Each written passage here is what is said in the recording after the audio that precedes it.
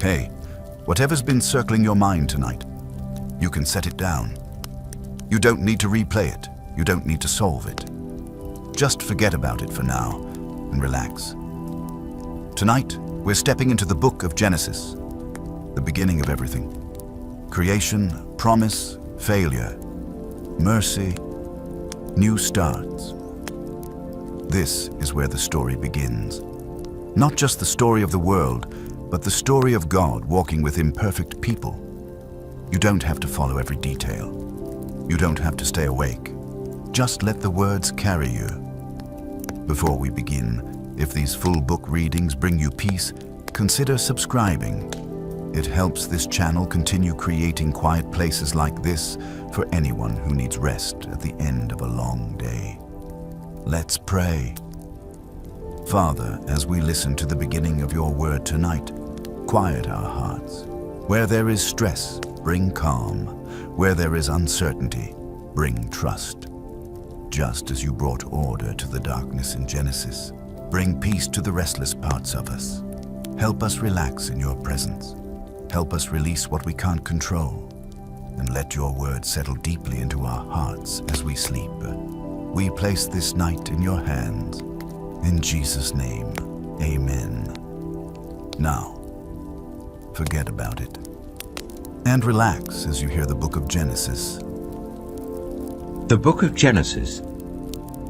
Genesis chapter 1. In the beginning, God created the heavens and the earth.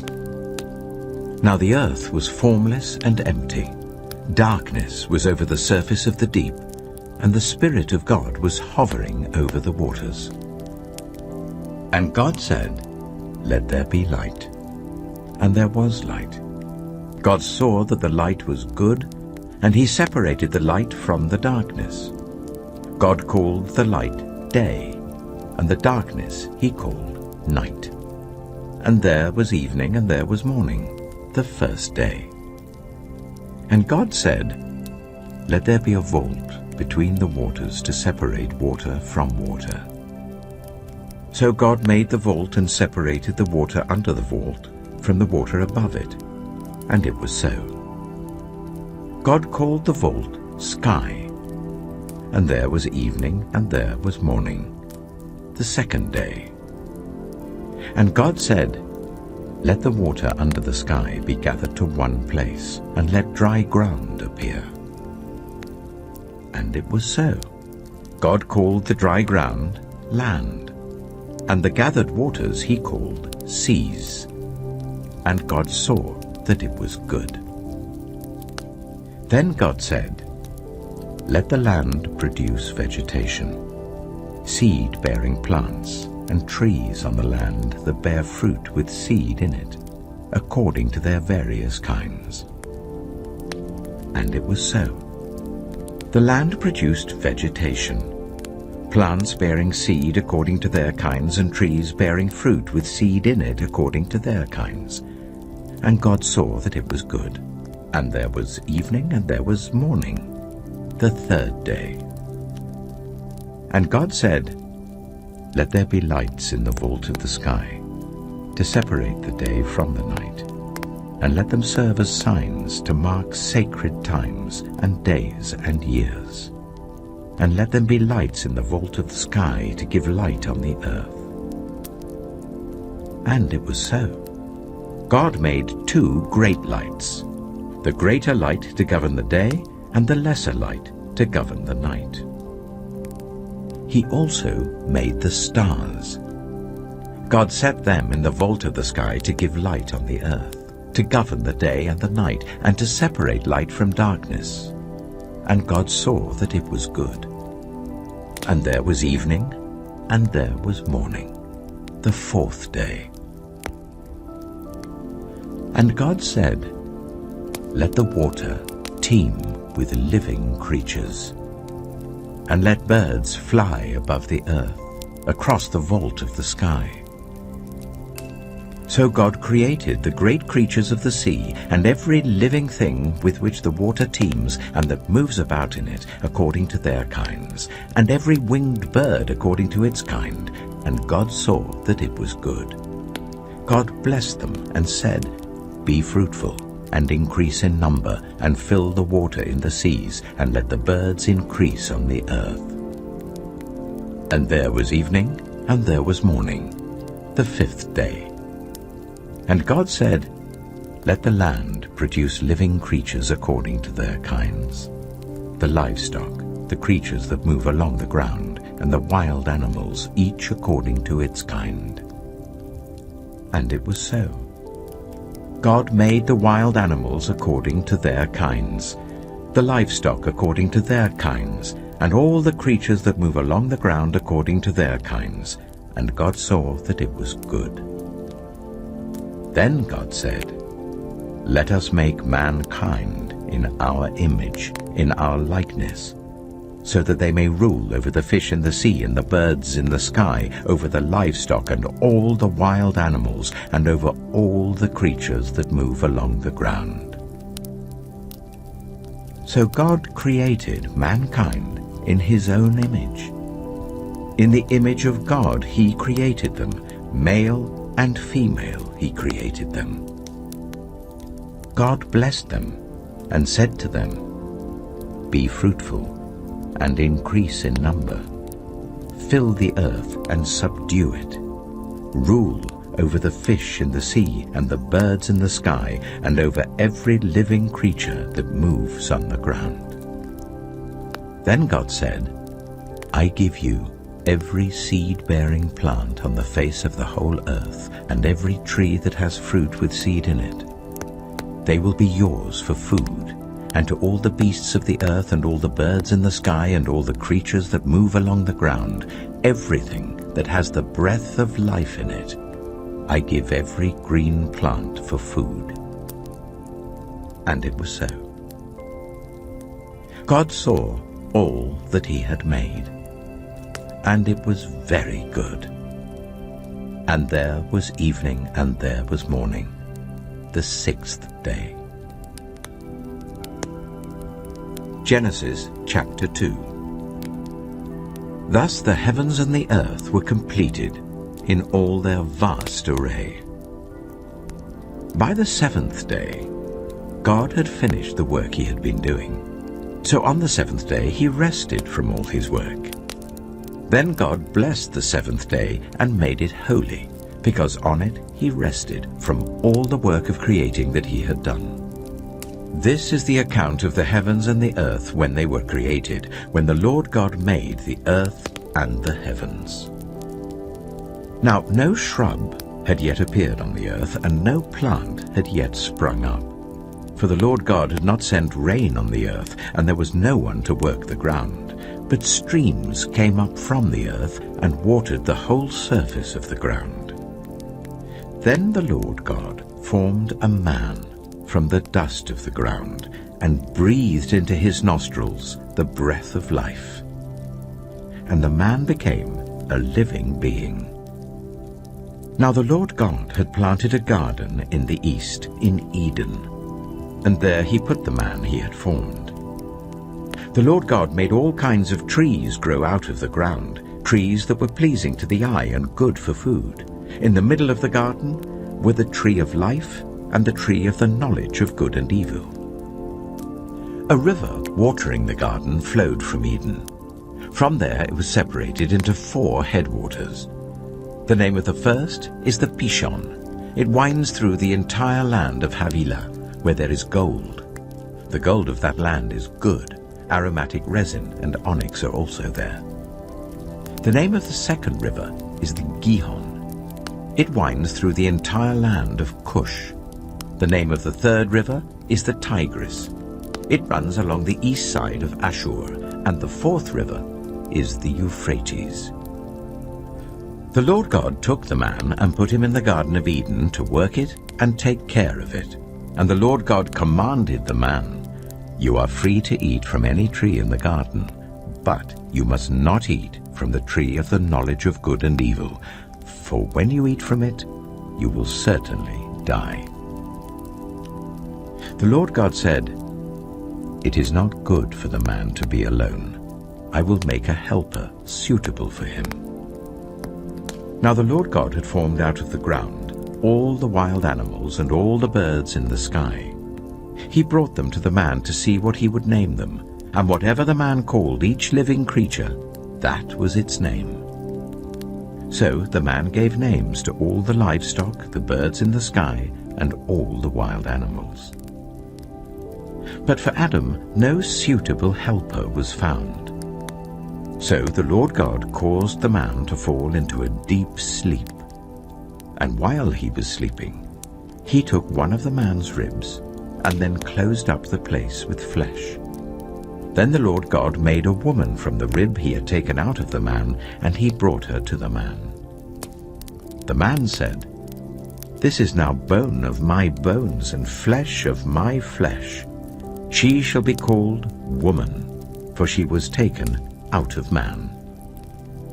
That is why a man leaves his father and mother and is united to his wife, and they become one flesh. Adam and his wife were both naked, and they felt no shame. Genesis chapter 3. Now the snake was more crafty than any of the wild animals the Lord God had made. He said to the woman, "Did God really say, 'You must not eat from any tree in the garden'?" The woman said to the snake, "We may eat fruit from the trees in the garden, but God did say, 'You must not eat fruit from the tree that is in the middle of the garden, and you must not touch it, or you will die.'" "You will not certainly die," the snake said to the woman. "For God knows that when you eat from it, your eyes will be opened, and you will be like God, knowing good and evil." When the woman saw that the fruit of the tree was good for food and pleasing to the eye, and also desirable for gaining wisdom, she took some and ate it. She also gave some to her husband who was with her, and he ate it.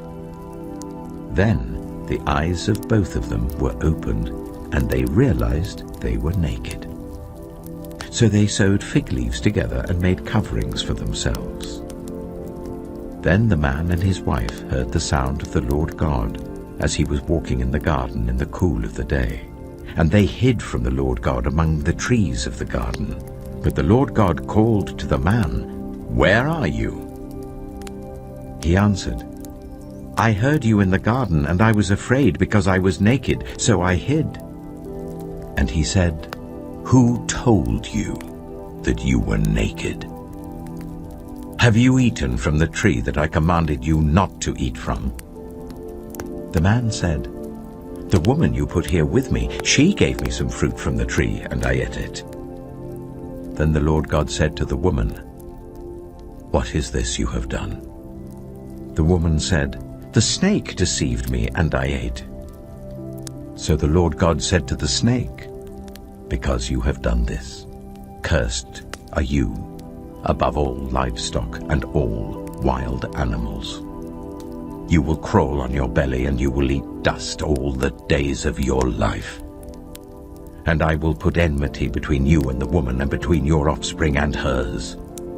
He will crush your head, and you will strike his heel." To the woman he said, "I will make your pains in childbearing very severe. With painful labor you will give birth to children. Your desire will be for your husband, and he will rule over you." To Adam he said, "Because you listened to your wife, and ate fruit from the tree about which I commanded you, you must not eat from it. Cursed is the ground because of you. Through painful toil you will eat food from it all the days of your life. It will produce thorns and thistles for you, and you will eat the plants of the field. By the sweat of your brow you will eat your food, until you return to the ground, since from it you were taken.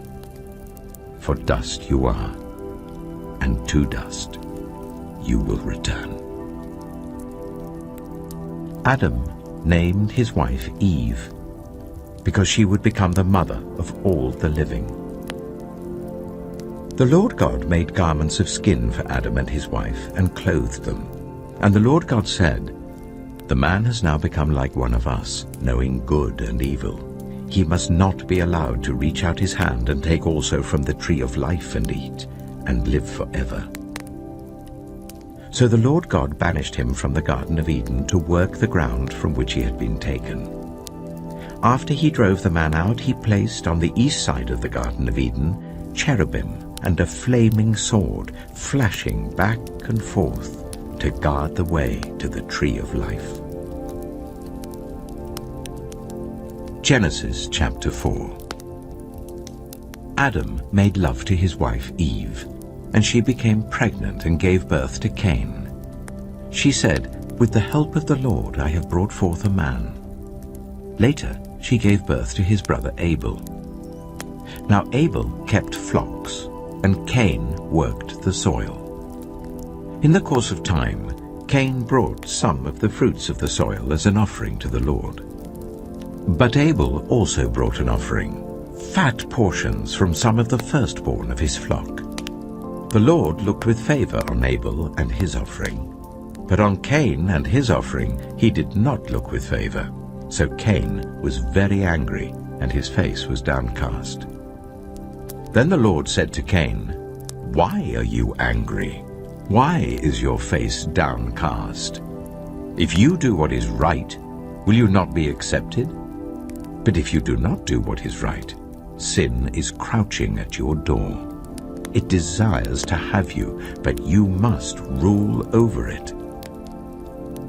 Now Cain said to his brother Abel, "Let's go out to the field." While they were in the field, Cain attacked his brother Abel and killed him. Then the Lord said to Cain, "Where is your brother Abel?" "I don't know," he replied. "Am I my brother's keeper?" The Lord said, "What have you done? Listen, your brother's blood cries out to me from the ground. Now you are under a curse and driven from the ground, which opened its mouth to receive your brother's blood from your hand. When you work the ground, it will no longer yield its crops for you. You will be a restless wanderer on the earth." Cain said to the Lord, "My punishment is more than I can bear. Today you are driving me from the land, and I will be hidden from your presence. I will be a restless wanderer on the earth, and whoever finds me will kill me." But the Lord said to him, "Not so. Anyone who kills Cain will suffer vengeance 7 times over." Then the Lord put a mark on Cain, so that no one who found him would kill him. So Cain went out from the Lord's presence and lived in the land of Nod, east of Eden. Cain made love to his wife, and she became pregnant and gave birth to Enoch. Cain was then building a city, and he named it after his son Enoch. To Enoch was born Irad, and Irad was the father of Mehujael, and Mehujael was the father of Methusael, and Methusael was the father of Lamech. Lamech married 2 women, one named Ada and the other Zillah. Ada gave birth to Jabal. He was the father of those who live in tents and raise livestock. His brother's name was Jubal. He was the father of all who play stringed instruments and pipes. Zillah also had a son, Tubal-Cain, who forged all kinds of tools out of bronze and iron. Tubal-Cain's sister was Naamah. Lamech said to his wives, "Ada and Zillah, listen to me. Wives of Lamech, hear my words. I have killed a man for wounding me, a young man for injuring me. If Cain is avenged 7 times, then Lamech 77 times."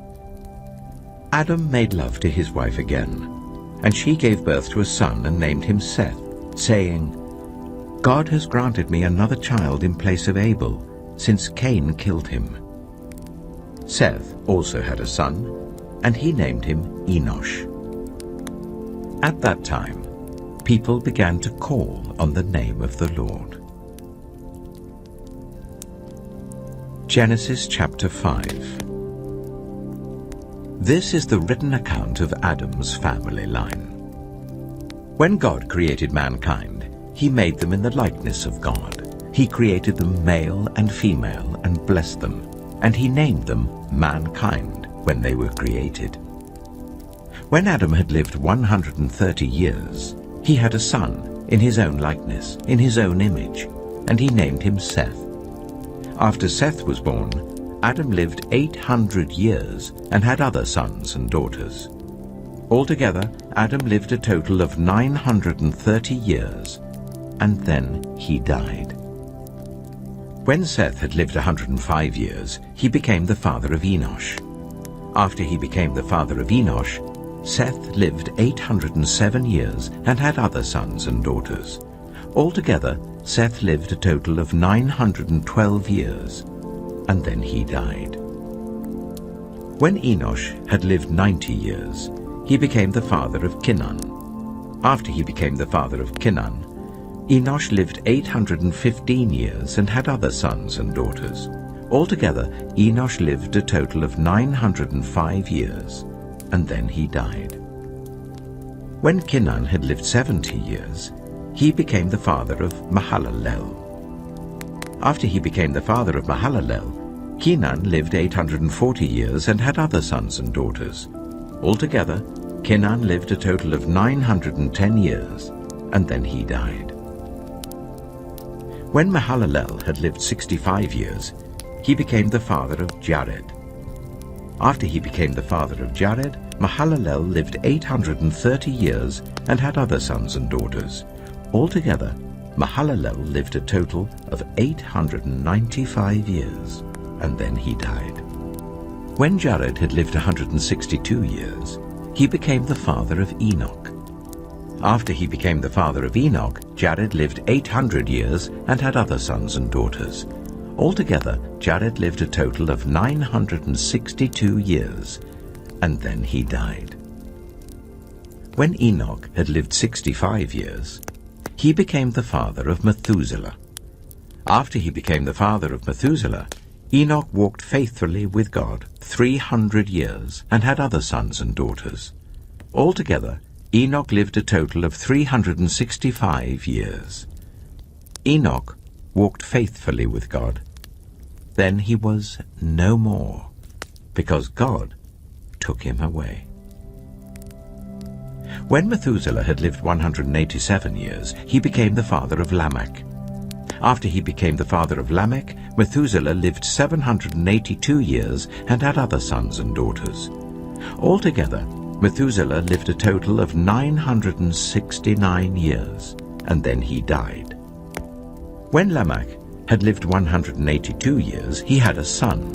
He named him Noah, and said, "He will comfort us in the labor and painful toil of our hands, caused by the ground the Lord has cursed." After Noah was born, Lamech lived 595 years and had other sons and daughters. Altogether, Lamech lived a total of 777 years, and then he died. After Noah was 500 years old, he became the father of Shem, Ham, and Japheth. Genesis chapter 6. When human beings began to increase in number on the earth, and daughters were born to them, the sons of God saw that the daughters of humans were beautiful, and they married any of them they chose. Then the Lord said, "My spirit will not contend with humans forever, for they are mortal. Their days will be 120 years. The Nephilim were on the earth in those days, and also afterward, when the sons of God went to the daughters of humans and had children by them. They were the heroes of old, men of renown. The Lord saw how great the wickedness of the human race had become on the earth, and that every inclination of the thoughts of the human heart was only evil all the time. The Lord regretted that he had made human beings on the earth, and his heart was deeply troubled. So the Lord said, "I will wipe from the face of the earth the human race I have created, and with them the animals, the birds, and the creatures that move along the ground, for I regret that I have made them." But Noah found favor in the eyes of the Lord. This is the account of Noah and his family. Noah was a righteous man, blameless among the people of his time, and he walked faithfully with God. Noah had 3 sons, Shem, Ham, and Japheth. Now the earth was corrupt in God's sight, and was full of violence. God saw how corrupt the earth had become, for all the people on the earth had corrupted their ways. So God said to Noah, I am going to put an end to all people, for the earth is filled with violence because of them. I am surely going to destroy both them and the earth. So make yourself an ark of cypress wood, make rooms in it, and coat it with pitch inside and out. This is how you are to build it. The ark is to be 300 cubits long, 50 cubits wide, and 30 cubits high. Make a roof for it, leaving below the roof an opening 1 cubit high all around. Put a door in the side of the ark, and make lower, middle, and upper decks. I'm going to bring floodwaters on the earth to destroy all life under the heavens, every creature that has the breath of life in it.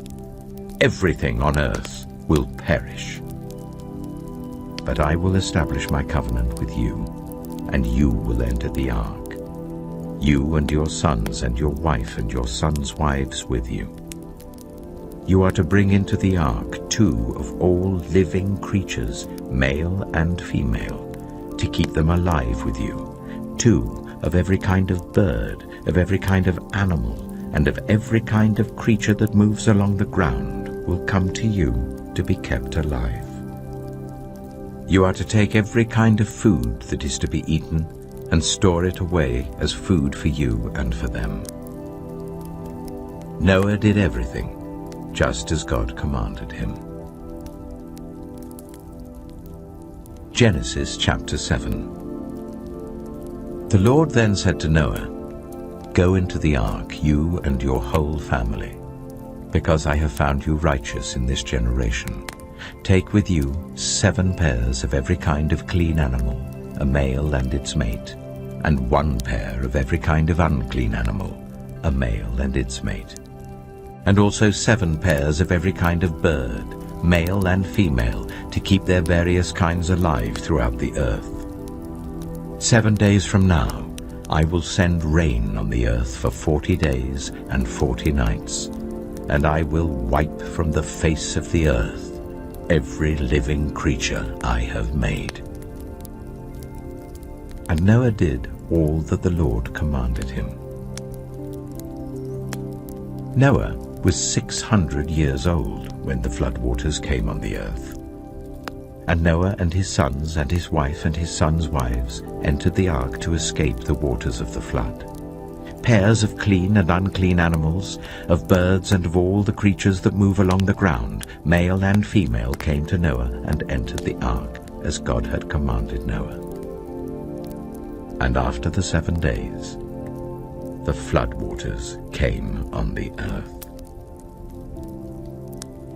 In the 600th year of Noah's life, on the 17th day of the 2nd month, on that day, all the springs of the great deep burst forth, and the floodgates of the heavens were opened, and rain fell on the earth 40 days and 40 nights. On that very day, Noah and his sons, Shem, Ham, and Japheth, together with his wife and the wives of his 3 sons, entered the ark. They had with them every wild animal according to its kind, all livestock according to their kinds, every creature that moves along the ground according to its kind, and every bird according to its kind, everything with wings. Pairs of all creatures that have the breath of life in them came to Noah and entered the ark. The animals going in were male and female of every living thing, as God had commanded Noah. Then the Lord shut him in. For 40 days the flood kept coming on the earth. And as the waters increased, they lifted the ark high above the earth. The waters rose and increased greatly on the earth, and the ark floated on the surface of the water. They rose greatly on the earth, and all the high mountains under the entire heavens were covered. The waters rose and covered the mountains to a depth of more than 15 cubits. Every living thing that moved on land perished. Birds, livestock, wild animals, all the creatures that swarm over the earth, and all mankind. Everything on dry land that had the breath of life in its nostrils died. Every living thing on the face of the earth was wiped out. People and animals and the creatures that move along the ground and the birds were wiped from the earth. Only Noah was left, and those with him in the ark. The waters flooded the earth for 150 days. Genesis chapter 8. But God remembered Noah and all the wild animals and the livestock that were with him in the ark. And he sent a wind over the earth, and the waters receded. Now the springs of the deep and the floodgates of the heavens had been closed, and the rain had stopped falling from the sky.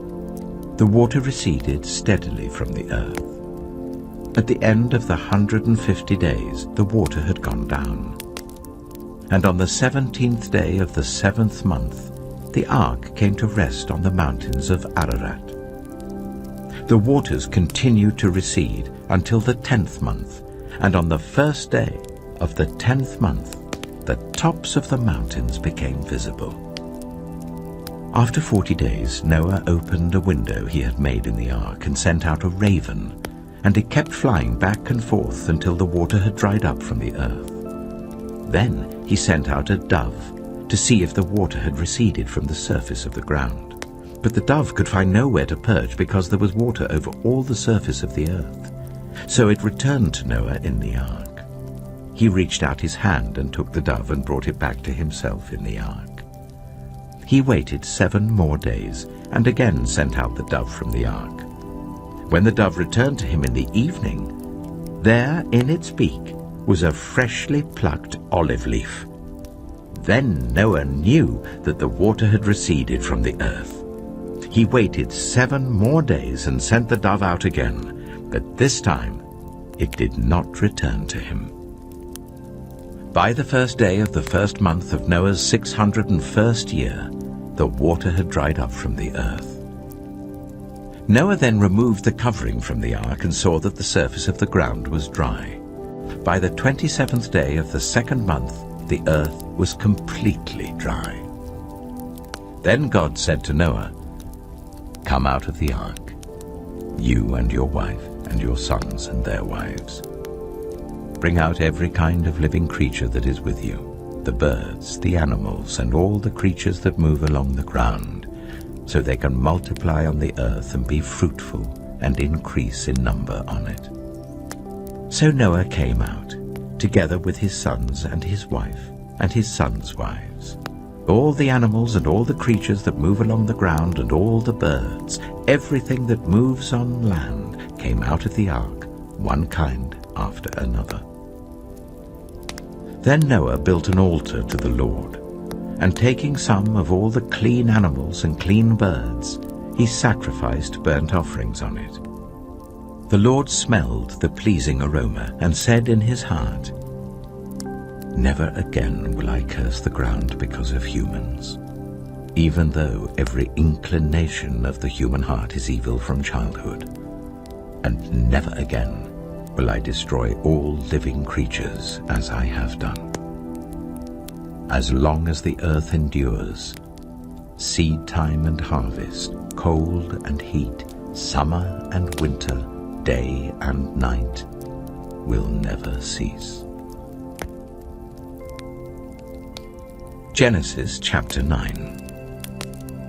Then God blessed Noah and his sons, saying to them, "Be fruitful and increase in number and fill the earth. The fear and dread of you will fall on all the beasts of the earth and on all the birds in the sky, on every creature that moves along the ground, and on all the fish in the sea. They are given into your hands. Everything that lives and moves about will be food for you. Just as I gave you the green plants, I now give you everything. But you must not eat meat that has its lifeblood still in it. And for your lifeblood I will surely demand an accounting. I will demand an accounting from every animal, and from each human being too I will demand an accounting for the life of another human being. Whoever sheds human blood by humans, shall their blood be shed. For in the image of God has God made mankind. As for you, be fruitful and increase in number. Multiply on the earth and increase upon it. Then God said to Noah and to his sons with him, I now establish my covenant with you and with your descendants after you, and with every living creature that was with you, the birds, the livestock, and all the wild animals, all those that came out of the ark with you, every living creature on earth. I establish my covenant with you. Never again will all life be destroyed by the waters of a flood. Never again will there be a flood to destroy the earth. And God said, This is the sign of the covenant I am making between me and you and every living creature with you, a covenant for all generations to come. I have set my rainbow in the clouds, and it will be the sign of the covenant between me and the earth. Whenever I bring clouds over the earth and the rainbow appears in the clouds, I will remember my covenant between me and you and all living creatures of every kind. Never again will the waters become a flood to destroy all life. Whenever the rainbow appears in the clouds, I will see it and remember the everlasting covenant between God and all living creatures of every kind on the earth. So God said to Noah, This is the sign of the covenant I have established between me and all life on the earth. The sons of Noah who came out of the ark were Shem, Ham, and Japheth. Ham was the father of Canaan. These were the 3 sons of Noah, and from them came the people who were scattered over the whole earth. Noah, a man of the soil, proceeded to plant a vineyard. When he drank some of its wine, he became drunk and lay uncovered in his tent. Ham, the father of Canaan, saw his father naked and told his 2 brothers outside. But Shem and Japheth took a garment and laid it across their shoulders. Then they walked in backward and covered their father's naked body. Their faces were turned the other way, so that they would not see their father naked. When Noah awoke from his wine and found out what his youngest son had done to him, he said, Cursed be Canaan. The lowest of slaves will he be to his brothers. He also said, Praise be to the Lord, the God of Shem. May Canaan be the slave of Shem. May God extend Japheth's territory. May Japheth live in the tents of Shem, and may Canaan be the slave of Japheth. After the flood, Noah lived 350 years. Noah lived a total of 950 years, and then he died. Genesis chapter 10. This is the account of Shem, Ham, and Japheth, Noah's sons, who themselves had sons after the flood. The sons of Japheth: Gomer, Magog, Madai, Javan, Tubal, Meshach, and Tyras. The sons of Gomer: Ashkenaz, Riphath, and Togarmah. The sons of Javan: Elisha, Tarshish, the Kittites and the Rodanites, From these the maritime peoples spread out into their territories by their clans within their nations, each with its own language. The sons of Ham: Cush, Egypt, Put, and Canaan. The sons of Cush: Seba, Havilah, Sabta, Reama, and Sabtika. The sons of Reama: Sheba and Dedan. Cush was the father of Nimrod, who became a mighty warrior on the earth. He was a mighty hunter before the Lord. That is why it is said, like Nimrod, a mighty hunter before the Lord. The first centers of his kingdom were Babylon, Uruk, Akkad, and Calnu in Shinar. From that land he went to Assyria, where he built Nineveh, Rehoboth, Calah, and Resen, which is between Nineveh and Calah, which is the great city. Egypt was the father of the Ludites, Anamites, Lehabites, Naphtuhites, Pathrusites, Casluhites, from whom the Philistines came, and Caphtorites. Canaan was the father of Sidon his firstborn, and of the Hittites, Jebusites, Amorites, Girgashites, Hivites, Archites, Sinites, Arvadites, Zemarites, and Hamathites. Later the Canaanites' clans scattered, and the borders of Canaan reached from Sidon towards Gerar as far as Gaza, and then toward Sodom, Gomorrah, Admah, and Zeboim as far as Lasha. These are the sons of Ham by their clans and languages, in their territories and nations. Sons were also born to Shem, whose older brother was Japheth. Shem was the ancestor of all the sons of Eber.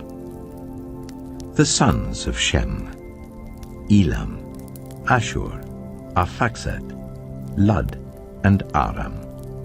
The sons of Aram: Az, Hul, Gether, and Meshech. Arphaxad was the father of Shelah, and Shelah the father of Eber.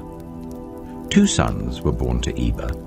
One was named Peleg, because in his time the earth was divided. His brother was named Yoktan. Yoktan was the father of Almodad, Sheleph, Hazamepheth, Jirah, Hadoram, Uzal, Dilah, Obal, Abimeel, Sheba, Ophir, Havilah, and Yobab. All these were sons of Yoktan. The region where they lived stretched from Mesha towards Sephah in the eastern hill country. These are the sons of Shem by their clans and languages, in their territories and nations. These are the clans of Noah's sons, according to their lines of descent within their nations. From these, the nations spread out over the earth after the flood. Genesis chapter 11. Now the whole world had one language and a common speech. As people moved eastward, they found a plain in Shinar and settled there. They said to each other, "Come, let's make bricks and bake them thoroughly."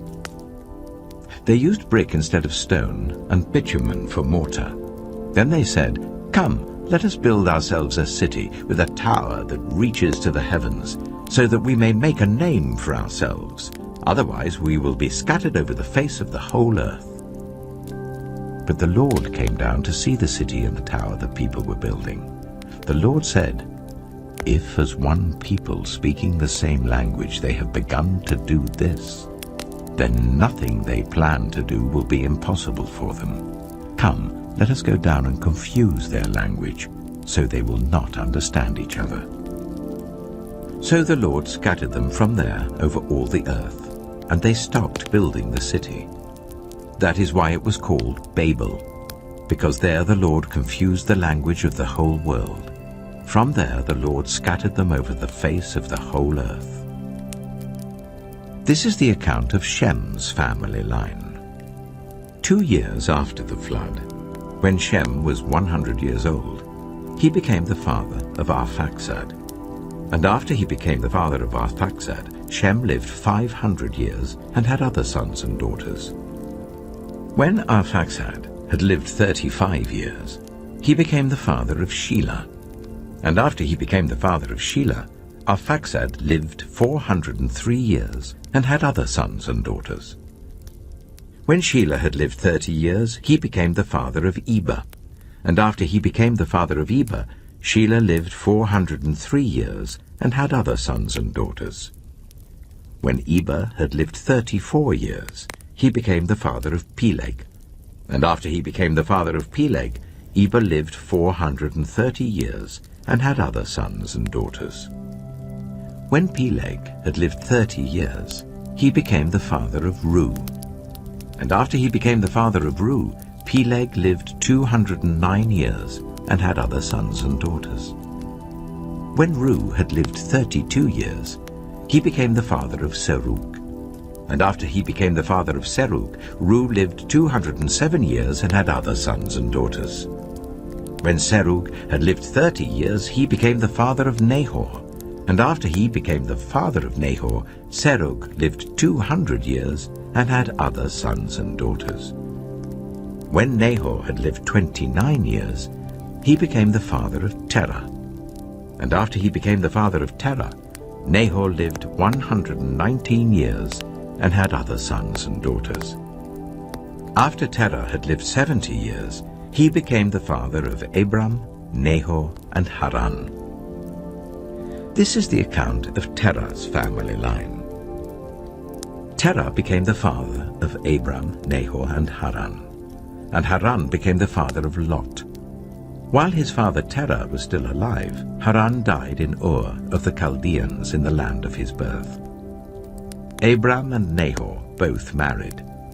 The name of Abram's wife was Sarai, and the name of Nahor's wife was Milcah. She was the daughter of Haran, the father of both Milcah and Iscah. Now Sarai was childless because she was not able to conceive. Terah took his son Abram, his grandson Lot, son of Haran, and his daughter-in-law Sarai, the wife of his son Abram, and together they set out from Ur of the Chaldeans to go to Canaan. But when they came to Haran, they settled there. Terah lived 205 years, and he died in Haran. Genesis chapter 12. The Lord had said to Abram, "Go from your country, your people and your father's household to the land I will show you. I will make you into a great nation, and I will bless you. I will make your name great, and you will be a blessing. I will bless those who bless you, and whoever curses you I will curse, and all peoples on earth will be blessed through you." So Abram went as the Lord had told him, and Lot went with him.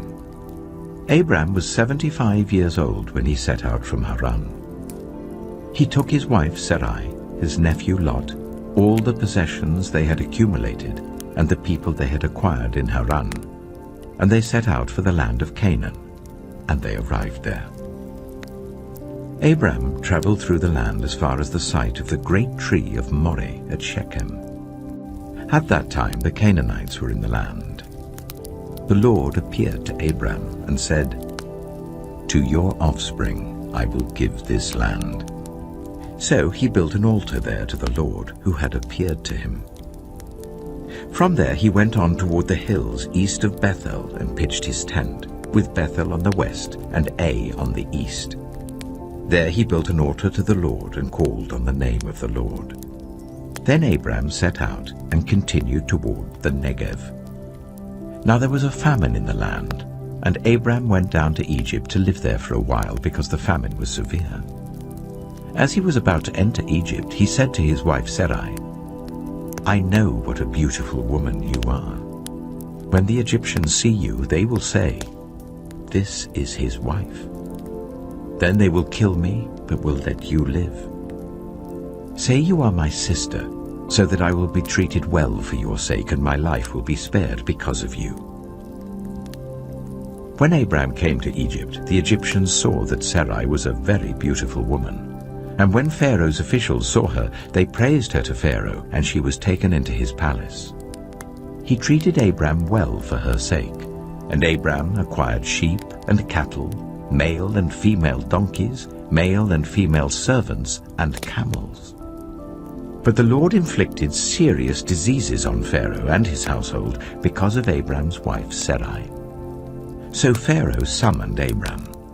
"What have you done to me?" he said. "Why didn't you tell me she was your wife? Why did you say, 'She is my sister,' so that I took her to be my wife? Now then, here is your wife. Take her and go." Then Pharaoh gave orders about Abram to his men, and they sent him on his way with his wife and everything he had. Genesis chapter 13. So Abram went up from Egypt to the Negev with his wife and everything he had, and Lot went with him. Abram had become very wealthy in livestock and in silver and gold. From the Negev he went from place to place until he came to Bethel, to the place between Bethel and Ai, where his tent had been earlier, and where he had first built an altar. There Abram called on the name of the Lord. Now Lot, who was moving about with Abram, also had flocks and herds and tents.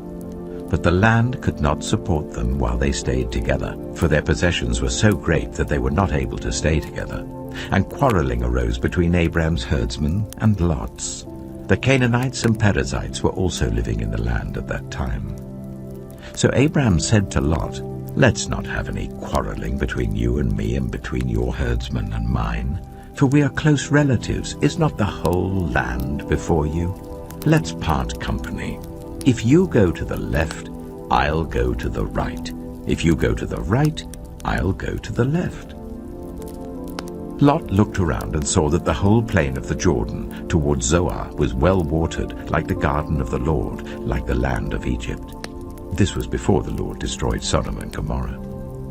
So Lot chose for himself the whole plain of the Jordan and set out toward the east.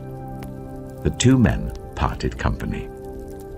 Abram lived in the land of Canaan, while Lot lived among the cities of the plain and pitched his tents near Sodom.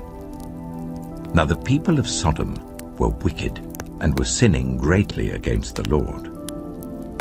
The Lord said to Abram after Lot had parted from him, "Look around from where you are to the north and south, to the east and west. All the land that you see I will give to you and your offspring forever. I will make your offspring like the dust of the earth, so that if anyone could count the dust, then your offspring could be counted. Go, walk through the length and breadth of the land, for I am giving it to you." So Abram went to live near the great trees of Mamre at Hebron, where he pitched his tents. There he built an altar to the Lord. Genesis chapter 14. At the time when Amraphel was king of Shinar, Arioch, king of Elasah, Kedorlaomer, king of Elam, and Tidal, king of Goyim, these kings went to war against Bera, king of Sodom, Bersha, king of Gomorrah, Shinab, king of Admah, Shemeba, king of Zeboim, and the king of Bela, that is Zoar. All these latter kings joined forces in the valley of Siddim, that is the Dead Sea Valley. For 12 years they had been subject to Kedorlaomer, but in the 13th year they rebelled.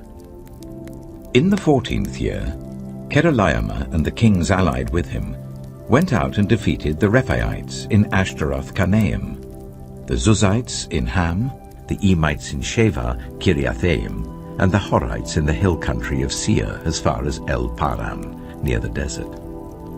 Then they turned back and went to En-Mishpat, that is Kadesh, and they conquered the whole territory of the Amalekites, as well as the Amorites who were living in Hazazon-Tamar.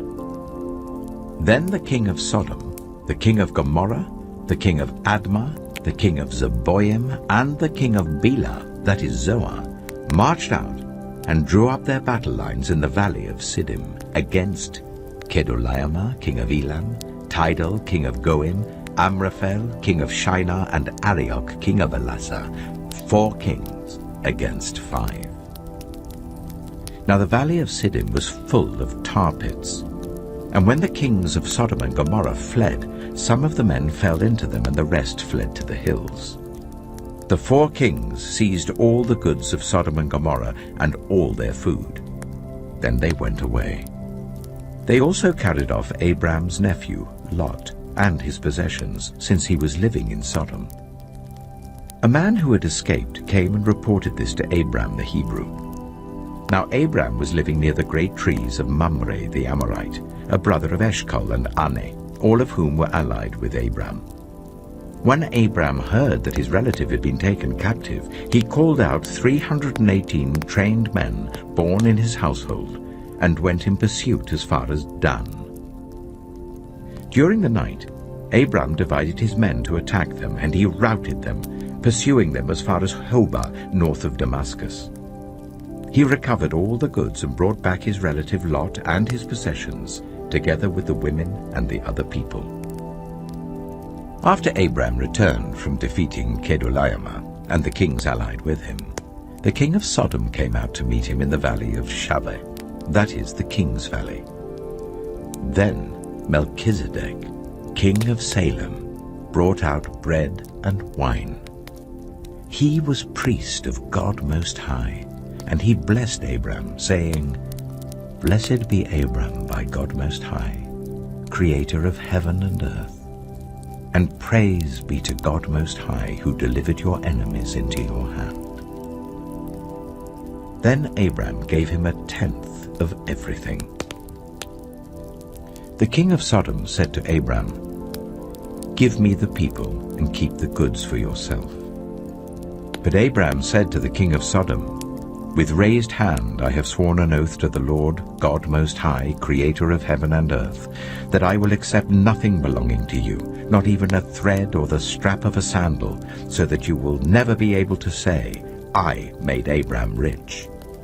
I will accept nothing but what my men have eaten and the share that belongs to the men who went with me, to Ane, Eshcol, and Mamre. Let them have their share." Genesis chapter 15. After this, the word of the Lord came to Abram in a vision. "Do not be afraid, Abram. I am your shield, your very great reward."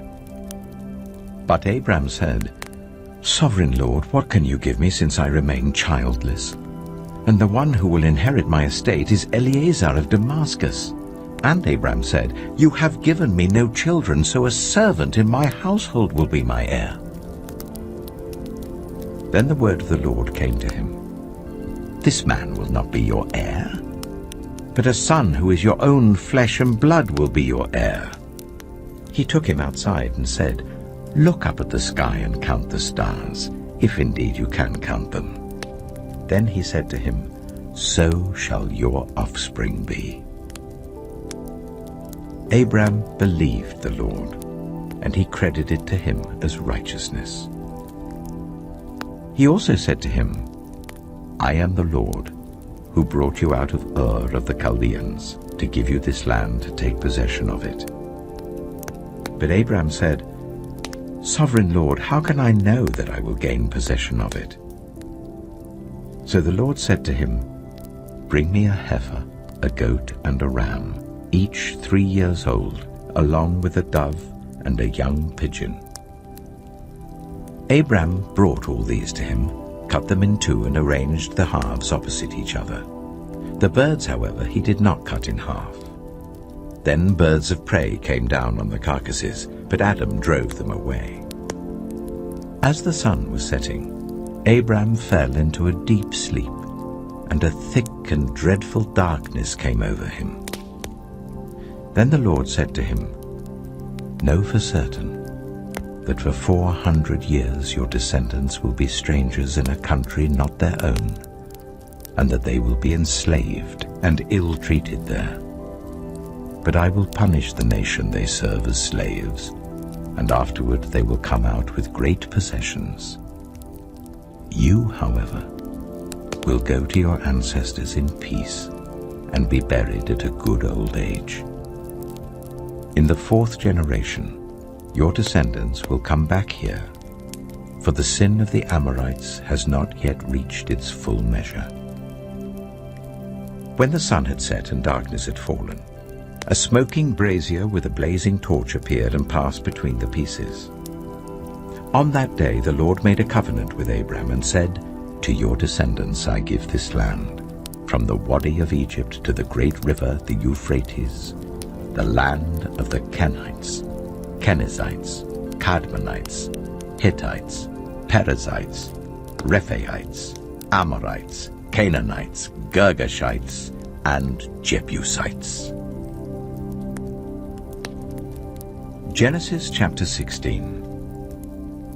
Now Sarai, Abram's wife, had borne him no children, but she had an Egyptian slave named Hagar. So she said to Abram, "The Lord has kept me from having children. Go, sleep with my slave. Perhaps I can build a family through her." Abram agreed to what Sarai said.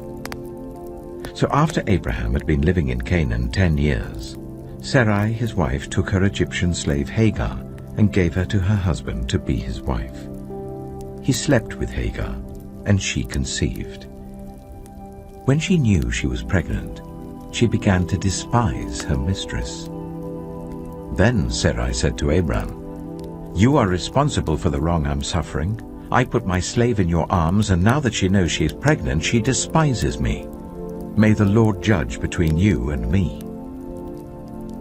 "Your slave is in your hands," Abram said. "Do with her whatever you think best." Then Sarai ill-treated Hagar, so she fled from her. The angel of the Lord found Hagar near a spring in the desert. It was the spring that is beside the road to Shur.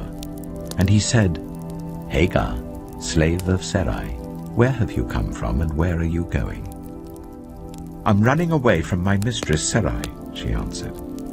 Then the angel of the Lord told her, "Go back to your mistress and submit to her." The angel added, "I will increase your descendants so much that they will be too numerous to count."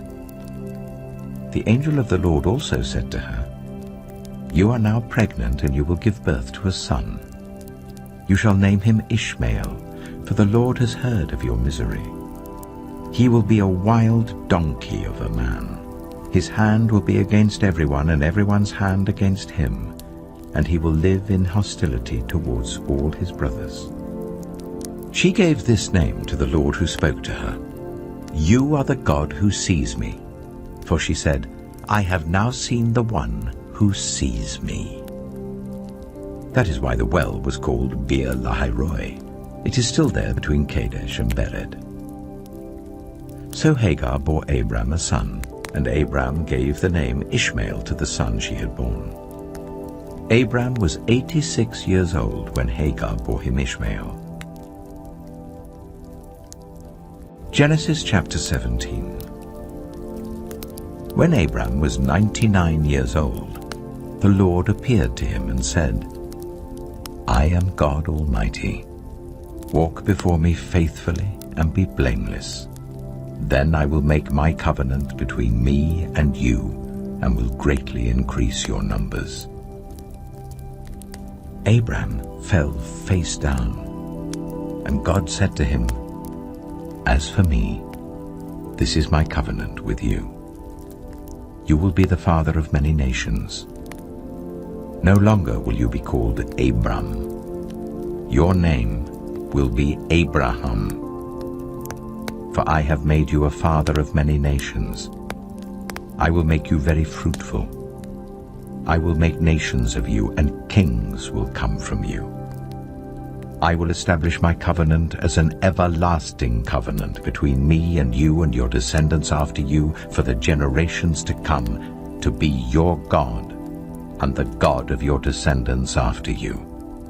The whole land of Canaan, where you now reside as a foreigner, I will give as an everlasting possession to you and your descendants after you, and I will be their God." Then God said to Abraham, "As for you, you must keep my covenant you and your descendants after you for the generations to come. This is my covenant with you and your descendants after you, the covenant you are to keep. Every male among you shall be circumcised. You are to undergo circumcision, and it will be the sign of the covenant between me and you. For the generations to come, every male among you who is 8 days old must be circumcised, including those born in your household or bought with money from a foreigner. Those who are not your offspring, whether born in your household or bought with your money, they must be circumcised. My covenant in your flesh is to be an everlasting covenant. Any uncircumcised male who has not been circumcised in the flesh will be cut off from his people. He has broken my covenant. God also said to Abraham, As for Sarai, your wife, you are no longer to call her Sarai. Her name will be Sarah. I will bless her and will surely give you a son by her. I will bless her, so she will be the mother of nations. Kings of peoples will come from her. Abraham fell face down. He laughed and said to himself, Will a son be born to a man 100 years old? Will Sarah bear a child at the age of 90? And Abraham said to God, If only Ishmael might live under your blessing. Then God said, Yes, but your wife Sarah will bear you a son, and you will call him Isaac. I will establish my covenant with him as an everlasting covenant for his descendants after him. And as for Ishmael, I have heard you. I will surely bless him. I will make him fruitful and will greatly increase his numbers. He will be the father of 12 rulers, and I will make him into a great nation. But my covenant I will establish with Isaac, whom Sarah will bear to you by this time next year. When he had finished speaking with Abraham, God went up from him. On that very day, Abraham took his son Ishmael, and all those born in his household or bought with his money, every male in his household, and circumcised them as God told him. Abraham was 99 years old when he was circumcised, and his son Ishmael was 13. Abraham and his son Ishmael were both circumcised on that very day, and every male in Abraham's household, including those born in his household or bought from a foreigner, was circumcised with him. Genesis chapter 18. The Lord appeared to Abraham near the great trees of Mamre, while he was sitting at the entrance to his tent in the heat of the day. Abraham looked up and saw 3 men standing nearby. When he saw them, he hurried from the entrance of his tent to meet them and bowed low to the ground. He said, "If I have found favor in your eyes, my Lord, do not pass your servant by. Let a little water be brought, and then you may all wash your feet and rest under this tree. Let me get you something to eat, so you can be refreshed and then go on your way, now that you have come to your servant." "Very well," they answered. "Do as you say." So Abraham hurried into the tent to Sarah. "Quick," he said, "get 3 seahs of the finest flour and knead it and bake some bread." Then he ran to the herd and selected a choice tender calf and gave it to a servant who hurried to prepare it. He then brought some curds and milk and the calf that had been prepared and set these before them. While they ate, he stood near them under a tree. "Where is your wife Sarah?" they asked him. "There in the tent," he said. Then one of them said, "I will surely return to you about this time next year, and Sarah your wife will have a son." Now Sarah was listening at the entrance to the tent, which was behind him. Abraham and Sarah were already very old, and Sarah was past the age of childbearing. So Sarah laughed to herself as she thought, "After I'm worn out and my Lord is old, will I now have this pleasure?" Then the Lord said to Abraham, "Why did Sarah laugh and say, 'Will I really have a child now that I am old?' Is anything too hard for the Lord? I will return to you at the appointed time next year, and Sarah will have a son." Sarah was afraid, so she lied and said, "I did not laugh." But he said, "Yes, you did laugh." When the men got up to leave, they looked down towards Sodom, and Abraham walked along with them to see them on their way. Then the Lord said, "Shall I hide from Abraham what I am about to do? Abraham will surely become a great and powerful nation, and all nations on earth will be blessed through him, for I have chosen him so that he will direct his children and his household after him, to keep the way of the Lord by doing what is right and just, so that the Lord will bring about for Abraham what he has promised him." Then the Lord said, "The outcry against Sodom and Gomorrah is so great, and their sin so grievous, that I will go down and see if what they have done is as bad as the outcry that has reached me. If not, I will know." The men turned away and went towards Sodom, but Abraham remained standing before the Lord. Then Abraham approached him and said, "Will you sweep away the righteous with the wicked? What if there are 50 righteous people in the city? Will you really sweep it away and not spare the place for the sake of the 50 righteous people in it? Far be it from you to do such a thing, to kill the righteous with the wicked, treating the righteous and the wicked alike? Far be it from you. Will not the judge of all the earth do right?" The Lord said, "If I find 50 righteous people in the city of Sodom, I will spare the whole place for their sake." Then Abraham spoke up again, "Now that I have been so bold as to speak to the Lord, though I am nothing but dust and ashes, what if the number of the righteous is 5 less than 50? Will you destroy the whole city for lack of 5 people?" "If I find 45 there," he said, "I will not destroy it." Once again he spoke to him, "What if only 40 are found there?" He said, "For the sake of 40, I will not do it." Then he said, "May the Lord not be angry, but let me speak. What if only 30 can be found there?" He answered, "I will not do it if I find 30 there." Abraham said, "Now that I have been so bold as to speak to the Lord, what if only 20 can be found there?" He said, "For the sake of 20, I will not destroy it." Then he said, "May the Lord not be angry, but let me speak just once more. What if only 10 can be found there?" He answered, "For the sake of 10, I will not destroy it." When the Lord had finished speaking with Abraham, he left, and Abraham returned home. Genesis chapter 19. The 2 angels arrived at Sodom in the evening, and Lot was sitting in the gateway of the city.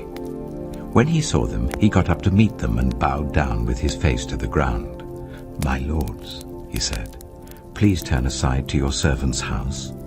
You can wash your feet and spend the night and then go on your way early in the morning." "No," they answered, "we will spend the night in the square." But he insisted so strongly that they did go with him and entered his house. He prepared a meal for them, baking bread without yeast, and they ate. Before they had gone to bed, all the men from every part of the city of Sodom, both young and old, surrounded the house. They called to Lot, "Where are the men who came to you tonight? Bring them out to us, so that we can have sex with them." Lot went outside to meet them and shut the door behind him and said, "No, my friends, don't do this wicked thing. Look, I have 2 daughters who have never slept with a man. Let me bring them out to you, and you can do what you like with them, but don't do anything to these men, for they have come under the protection of my roof." "Get out of our way," they replied. "This fellow came here as a foreigner, and now he wants to play the judge. We'll treat you worse than them." They kept bringing pressure on Lot and moved forward to break down the door. But the men inside reached out and pulled Lot back into the house and shut the door. Then they struck the men who were at the door of the house, young and old, with blindness, so that they could not find the door. The 2 men said to Lot, "Do you have anyone else here? Sons-in-law, sons or daughters, or anyone else in the city who belongs to you? Get them out of here, because we are going to destroy this place. The outcry to the Lord against its people is so great that he has sent us to destroy it." So Lot went out and spoke to his sons-in-law who were pledged to marry his daughters. He said, "Hurry and get out of this place, because the Lord is about to destroy the city." But his sons-in-law thought he was joking. With the coming of dawn, the angels urged Lot, saying, "Hurry! Take your wife and your 2 daughters who are here, or you will be swept away when the city is punished." When he hesitated, the men grasped his hand and the hands of his wife and of his 2 daughters and led them safely out of the city, for the Lord was merciful to them. As soon as they had brought them out, one of them said, "Flee for your lives. Don't look back. And don't stop anywhere in the plain. Flee to the mountains, or you will be swept away." But Lot said to them, "No, my lords, please. Your servant has found favor in your eyes, and you have shown great kindness to me in sparing my life, but I can't flee to the mountains. This disaster will overtake me, and I'll die. Look, here is a town near enough to run to, and it is small. Let me flee to it. It is very small, isn't it? Then my life will be spared." He said to him, "Very well. I will grant this request too. I will not overthrow the town you speak of, but flee there quickly, because I cannot do anything until you reach it." That is why the town was called Zoar. By the time Lot reached Zoar, the sun had risen over the land. Then the Lord rained down burning sulfur on Sodom and Gomorrah, from the Lord out of the heavens. Thus he overthrew those cities and the entire plain, destroying all those living in the cities and also the vegetation in the land. But Lot's wife looked back, and she became a pillar of salt. Early the next morning, Abraham got up and returned to the place where he had stood before the Lord. He looked down toward Sodom and Gomorrah, toward all the land of the plain, and he saw dense smoke rising from the land, like smoke from a furnace. So when God destroyed the cities of the plain, he remembered Abraham, and he brought Lot out of the catastrophe that overthrew the cities where Lot had lived. Lot and his 2 daughters left Zoar and settled in the mountains, for he was afraid to stay in Zoar. He and his 2 daughters lived in a cave. One day, the older daughter said to the younger, "Our father is old, and there is no man around here to give us children, as is the custom all over the earth. Let's get our father to drink wine, and then sleep with him and preserve our family line through our father." That night, they got their father to drink wine, and the older daughter went in and slept with him. He was not aware of it when she laid down or when she got up. The next day, the older daughter said to the younger, "Last night I slept with my father. Let's get him to drink wine again tonight, and you go in and sleep with him, so we can preserve our family line through our father." So they got their father to drink wine that night also, and the younger daughter went in and slept with him. Again, he was not aware of it when she lay down or when she got up. So both of Lot's daughters became pregnant by their father. The older daughter had a son, and she named him Moab. He is the father of the Moabites of today. The younger daughter also had a son, and she named him Ben-Ami. He is the father of the Ammonites of today. Genesis chapter 20. Now Abraham moved on from there into the region of the Negev and lived between Kadesh and Shur. For a while he stayed in Gerar, and there Abraham said of his wife Sarah, "She is my sister." Then Abimelech, king of Gerar, sent for Sarah and took her. But God came to Abimelech in a dream one night and said to him, "You are as good as dead because of the woman you have taken. She is a married woman." Now Abimelech had not gone near her, so he said, "Lord, will you destroy an innocent nation? Did he not say to me, 'She is my sister'? And didn't she also say, 'He is my brother'? I've done this with a clear conscience and clean hands." Then God said to him in the dream, "Yes, I know you did this with a clear conscience, and so I have kept you from sinning against me. That is why I did not let you touch her. Now return the man's wife, for he is a prophet, and he will pray for you, and you will live. But if you do not return her, you may be sure that you and all who belong to you will die." Early the next morning, Abimelech summoned all his officials, and when he told them all that had happened, they were very much afraid. Then Abimelech called Abraham in and said, "What have you done to us? How have I wronged you that you have brought such guilt upon me and my kingdom? You have done things to me that should never be done." And Abimelech asked Abraham, "What was your reason for doing this?" Abraham replied, "I said to myself, 'There is surely no fear of God in this place, and they will kill me because of my wife. Besides, she really is my sister, the daughter of my father, though not of my mother, and she became my wife.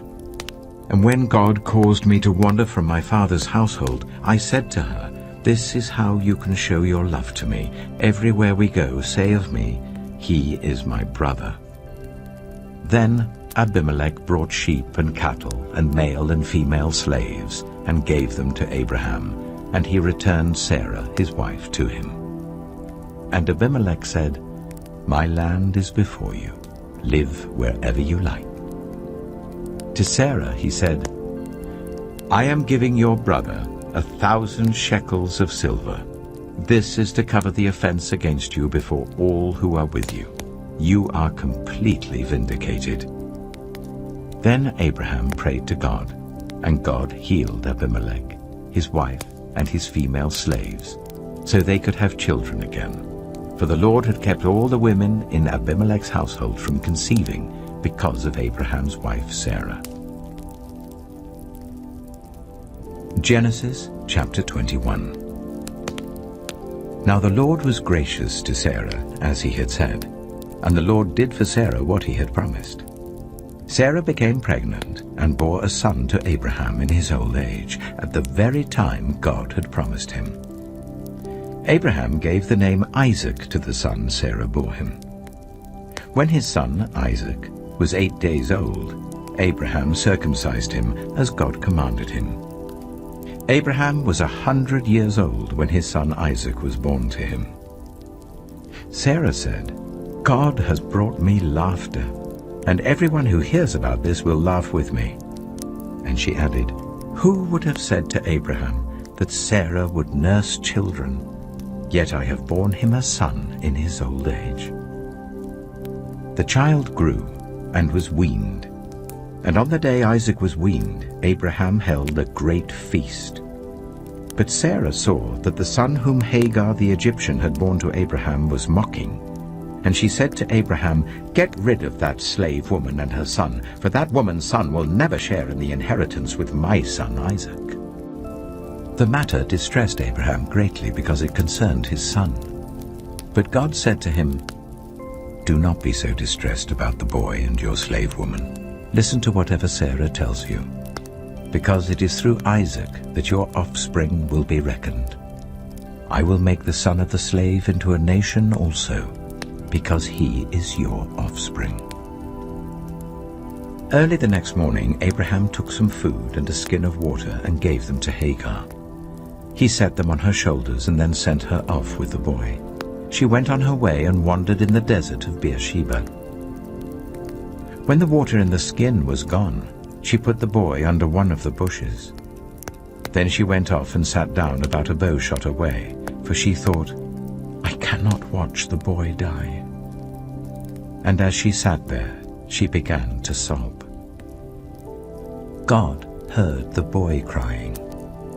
And the angel of God called to Hagar from heaven and said to her, "What is the matter, Hagar? Do not be afraid. God has heard the boy crying as he lies there. Lift the boy up and take him by the hand, for I will make him into a great nation." Then God opened her eyes, and she saw a well of water. So she went and filled the skin with water and gave the boy a drink. God was with the boy as he grew up. He lived in the desert and became an archer. While he was living in the desert of Paran, his mother got a wife for him from Egypt. At that time, Abimelech and Phicol, the commander of his forces, said to Abraham, "God is with you in everything you do. Now swear to me here before God that you will not deal falsely with me or my children or my descendants. Show to me and the country where you now reside as a foreigner the same kindness I have shown to you." Abraham said, "I swear it." Then Abraham complained to Abimelech about a well of water that Abimelech's servants had seized. But Abimelech said, "I don't know who has done this. You did not tell me, and I heard about it only today." So Abraham brought sheep and cattle and gave them to Abimelech, and the two men made a treaty. Abraham set apart 7 ewe lambs from the flock.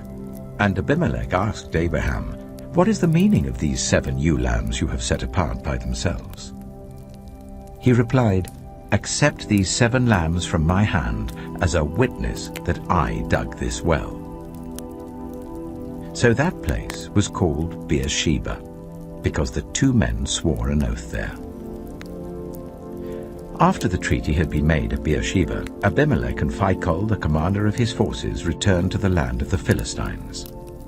Abraham planted a tamarisk tree in Beersheba, and there he called on the name of the Lord, the eternal God. And Abraham stayed in the land of the Philistines for a long time. Genesis chapter 22. Sometime later, God tested Abraham. He said to him, "Abraham." "Here I am," he replied.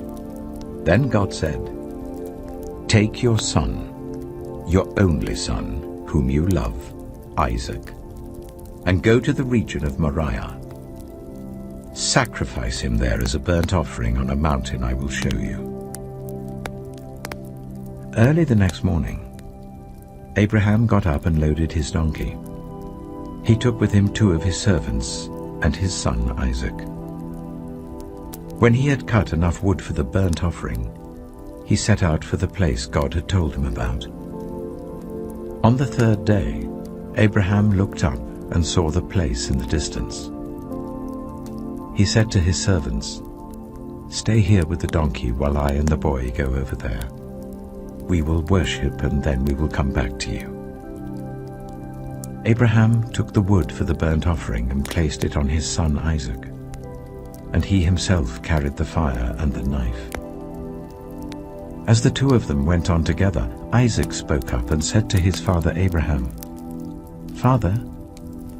"Yes, my son," Abraham replied. "The fire and wood are here," Isaac said. "But where is the lamb for the burnt offering?"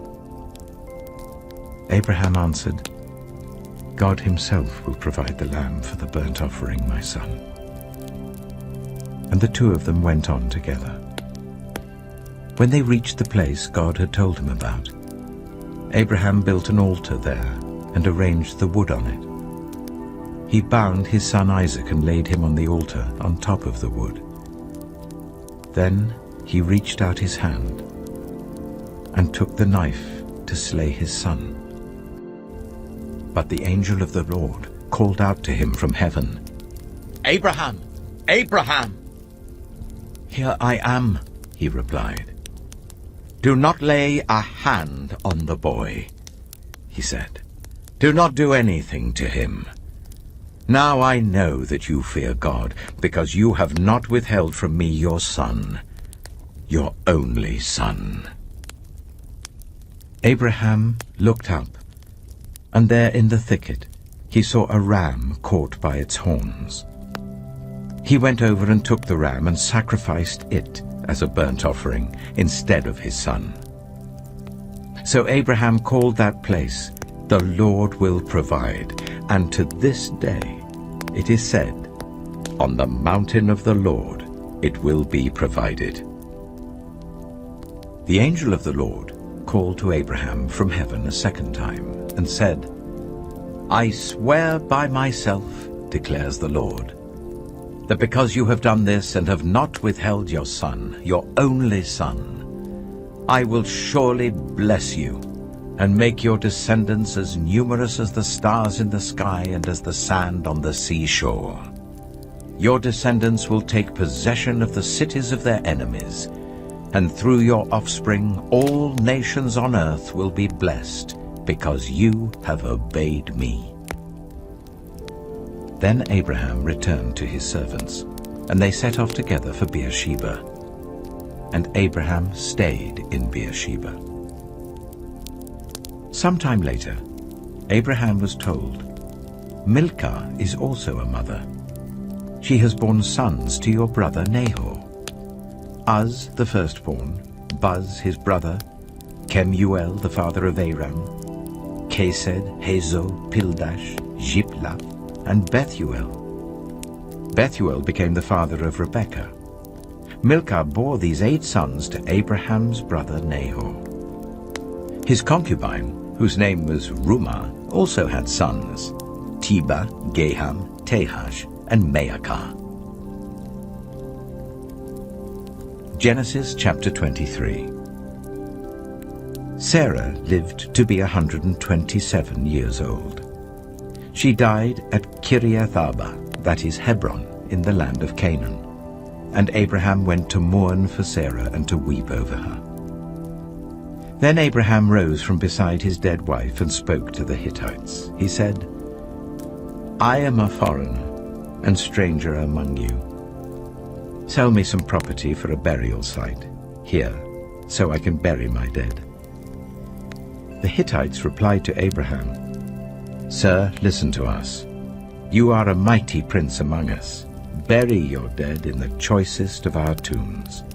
None of us will refuse you his tomb for burying your dead."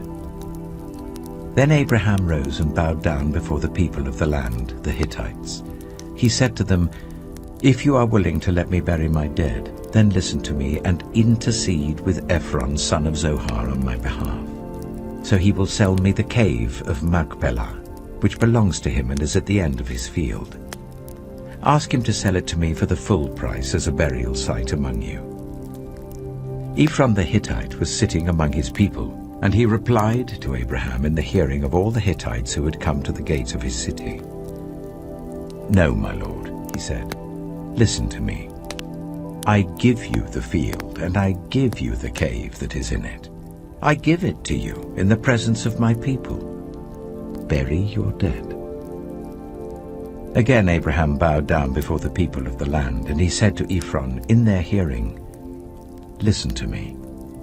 If you will, I will pay the price of the field. Accept it from me, so I can bury my dead there." Ephron answered Abraham, "Listen to me, my lord. The land is worth 400 shekels of silver. But what is that between you and me?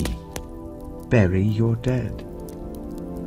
Abraham agreed to Ephron's terms and weighed out for him the price he had named in the hearing of the Hittites, 400 shekels of silver, according to the weight current among the merchants.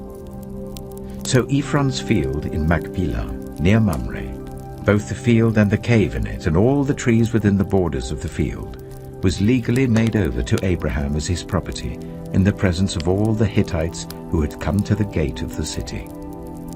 Afterwards, Abraham buried his wife Sarah in the cave in the field of Machpelah, near Mamre, which is at Hebron, in the land of Canaan. So the field and the cave in it were legally made over to Abraham by the Hittites as a burial site. Genesis chapter 24. Abraham was now very old, and the Lord had blessed him in every way. He said to the senior servant in his household, the one in charge of all that he had, "Put your hand under my thigh. I want you to swear by the Lord, the God of heaven and the God of earth, that you will not get a wife for my son from the daughters of the Canaanites among whom I am living, but will go to my country and my own relatives and get a wife for my son Isaac." The servant asked him, "What if the woman is unwilling to come back with me to this land? Shall I then take your son back to the country you came from?" "Make sure that you do not take my son back there," Abraham said. "The Lord, the God of heaven, who brought me out of my father's household and my native land, and who spoke to me and promised me on oath, saying, 'To your offspring I will give this land,' he will send his angel before you, so that you can get a wife for my son from there. If the woman is unwilling to come back with you, then you will be released from this oath of mine. Only do not take my son back there." So the servant put his hand under the thigh of his master Abraham, and swore an oath to him concerning this matter. Then the servant left, taking with him 10 of his master's camels, loaded with all kinds of good things from his master. He set out for Aram Naharaim, and made his way to the town of Nahor. He made the camels kneel down near the well outside the town. It was toward evening, the time the women go out to draw water. Then he prayed, "Lord, God of my master Abraham, make me successful today and show kindness to my master Abraham. See, I am standing beside this spring, and the daughters of the townspeople are coming out to draw water. May it be that when I say to a young woman, 'Please let down your jar that I may have a drink,' and she says, 'Drink, and I'll water your camels too.' Let her be the one you have chosen for your servant Isaac. By this I will know that you have shown kindness to my master." Before he had finished praying, Rebekah came out with her jar on her shoulder. She was the daughter of Bethuel, son of Milcah, who was the wife of Abraham's brother Nahor. The woman was very beautiful, a virgin. No man had ever slept with her. She went down to the spring, filled her jar, and came up again. The servant hurried to meet her and said, "Oh, please give me a little water from your jar." "Drink, my lord," she said, and quickly lowered the jar to her hands and gave him a drink. After she had given him a drink, she said, "I'll draw water for your camels too until they've had enough to drink." So she quickly emptied her jar into the trough, ran back to the well to draw more water, and drew enough for all his camels. Without saying a word, the man watched her closely to learn whether or not the Lord had made his journey successful. When the camels had finished drinking, the man took out a gold nose ring weighing a beaker and 2 gold bracelets weighing 10 shekels. Then he asked, "Whose daughter are you? Please tell me, is there room in your father's house for us to spend the night?" She answered him, "I am the daughter of Bethuel, the son that Milcah bore to Nahor." And she added, "We have plenty of straw and fodder, as well as room for you to spend the night." Then the man bowed down and worshipped the Lord, saying, "Praise be to the Lord, the God of my master Abraham, who has not abandoned his kindness and faithfulness to my master.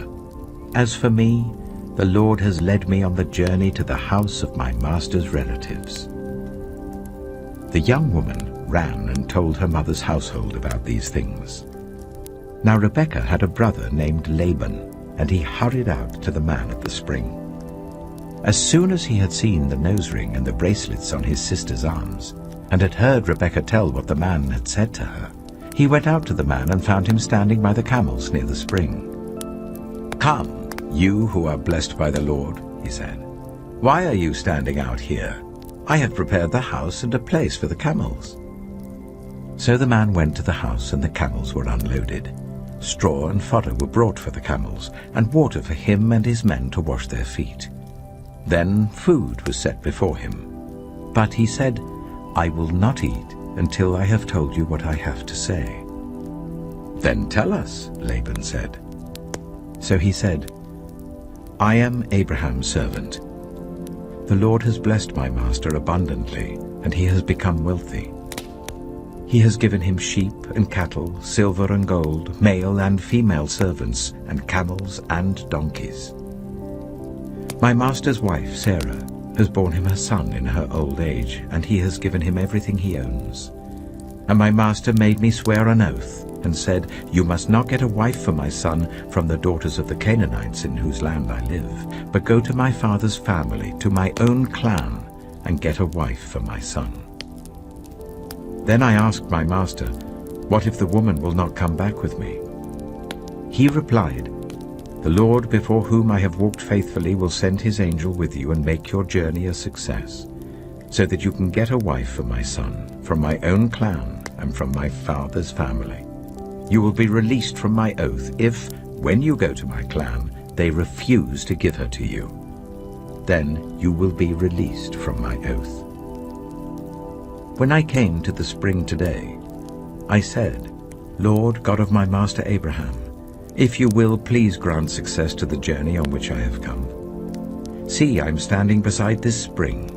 If a young woman comes out to draw water, and I say to her, "Please let me drink a little water from your jar," and if she says to me, "Drink, and I'll draw water for your camels too," let her be the one the Lord has chosen for my master's son." Before I finished praying in my heart, Rebekah came out with her jar on her shoulder. She went down to the spring and drew water, and I said to her, "Please give me a drink." She quickly lowered her jar from her shoulder and said, "Drink, and I'll water your camels too." So I drank, and she watered the camels also. I asked her, "Whose daughter are you?" She said, "The daughter of Bethuel, son of Nahor, whom Milcah bore to him." Then I put the ring in her nose and the bracelets on her arms, and I bowed down and worshipped the Lord. I praised the Lord, the God of my master Abraham, who had led me on the right road to get the granddaughter of my master's brother for his son. Now, if you will show kindness and faithfulness to my master, tell me. And if not, tell me, so I may know which way to turn." Laban and Bethuel answered, "This is from the Lord. We can say nothing to you one way or the other. Here is Rebekah. Take her and go, and let her become the wife of your master's son, as the Lord has directed." When Abraham's servant heard what they said, he bowed down to the ground before the Lord. Then the servant brought out gold and silver jewelry and articles of clothing and gave them to Rebekah. He also gave costly gifts to her brother and to her mother. Then he and the men who were with him ate and drank and spent the night there. When they got up the next morning, he said, "Send me on my way to my master." But her brother and her mother replied, "Let the young woman remain with us 10 days or so, then you may go." But he said to them, "Do not detain me, now that the Lord has granted success to my journey. Send me on my way so I may go to my master." Then they said, "Let's call the young woman and ask her about it." So they called Rebekah and asked her, "Will you go with this man?" "I will go," she said. So they sent their sister Rebekah on her way, along with her nurse and Abraham's servant and his men. And they blessed Rebekah and said to her, "Our sister, may you increase to thousands upon thousands. May your offspring possess the cities of their enemies." Then Rebekah and her attendants got ready and mounted the camels and went back with the man. So the servant took Rebekah and left. Now Isaac had come from Beer-lahai-roi, for he was living in the Negev. He went out to the field one evening to meditate. And as he looked up, he saw camels approaching. Rebekah also looked up and saw Isaac. She got down from her camel and asked the servant, "Who is that man in the field coming to meet us?" "He is my master," the servant answered. So she took her veil and covered herself. Then the servant told Isaac all he had done. Isaac brought her into the tent of his mother Sarah, and he married Rebekah. So she became his wife, and he loved her. And Isaac was comforted after his mother's death. Genesis chapter 25. Abraham had taken another wife, whose name was Keturah. She bore him Zimran, Jokshan, Medan, Midian, Ishbak, and Shua. Jokshan was the father of Sheba and Dedan. The descendants of Dedan were the Ashurites and Letoshites and the Lumites. The sons of Midian were Ephah, Hanok, Abida, and Eldaah. All these were descendants of Keturah. Abraham left everything he owned to Isaac. But while he was still living, he gave gifts to the sons of his concubines and sent them away from his son Isaac to the land of the east. Abraham lived 175 years. Then Abraham breathed his last and died at a good old age, an old man and full of years, and he was gathered to his people. His sons Isaac and Ishmael buried him in the cave of Machpelah, near Mamre, in the field of Ephron, son of Zohar the Hittite, the field Abraham had bought from the Hittites. There Abraham was buried with his wife Sarah. After Abraham's death, God blessed his son Isaac, who then lived near Beer-lahai-roi. This is the account of the family line of Abraham's son Ishmael, whom Sarah's slave Hagar the Egyptian bore to Abraham. These are the names of the sons of Ishmael, listed in the order of their birth: Nebaioth, the firstborn of Ishmael; Kedah, Adbeel, Mibsam, Mishma, Duma, Massa, Hadad, Tema, Jitor, Nephish, and Kedema. These were the sons of Ishmael, and these are the names of the 12 tribal rulers according to their settlements and camps. Ishmael lived 137 years. He breathed his last and died, and he was gathered to his people. His descendants settled in the area from Havilah to Shur, near the eastern border of Egypt as you go towards Ashur. And they lived in hostility toward all the tribes related to them. This is the account of the family line of Abraham's son Isaac. Abraham became the father of Isaac, and Isaac was 40 years old when he married Rebekah, daughter of Bethuel the Aramean from Paddan Aram, and sister of Laban the Aramean. Isaac prayed to the Lord on behalf of his wife because she was childless. The Lord answered his prayer, and his wife Rebekah became pregnant. The babies jostled each other within her, and she said, "Why is this happening to me?" So she went to inquire of the Lord. The Lord said to her, "2 nations are in your womb, and 2 peoples from within you will be separated. 1 people will be stronger than the other, and the older will serve the younger." When the time came for her to give birth, there were twin boys in her womb. The first to come out was red, and his whole body was like a hairy garment, so they named him Esau. After this, his brother came out, with his hand grasping Esau's heel. So he was named Jacob. Isaac was 60 years old when Rebekah gave birth to them. The boys grew up, and Esau became a skillful hunter, a man of the open country, while Jacob was content to stay at home among the tents. Isaac, who had a taste for wild game, loved Esau, but Rebekah loved Jacob. Once, when Jacob was cooking some stew, Esau came in from the open country, famished. He said to Jacob, "Quick, let me have some of that red stew. I'm famished." That is why he was also called Edom. Jacob replied, "First sell me your birthright." "Look, I am about to die," Esau said.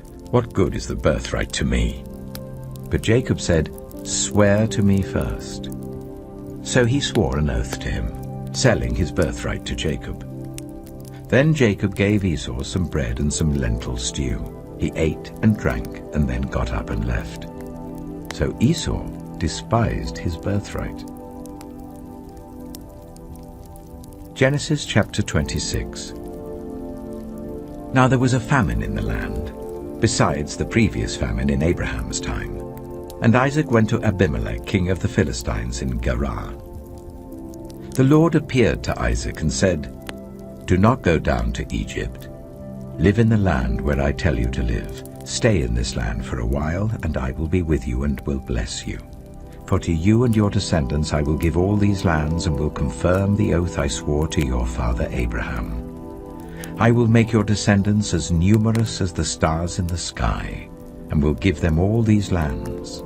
And through your offspring all nations on earth will be blessed, because Abraham obeyed me and did everything I required of him, keeping my commands, my decrees, and my instructions." So Isaac stayed in Gerar. When the men of that place asked him about his wife, he said, "She is my sister," because he was afraid to say, "She is my wife." He thought, "The men of this place might kill me on account of Rebekah, because she is beautiful."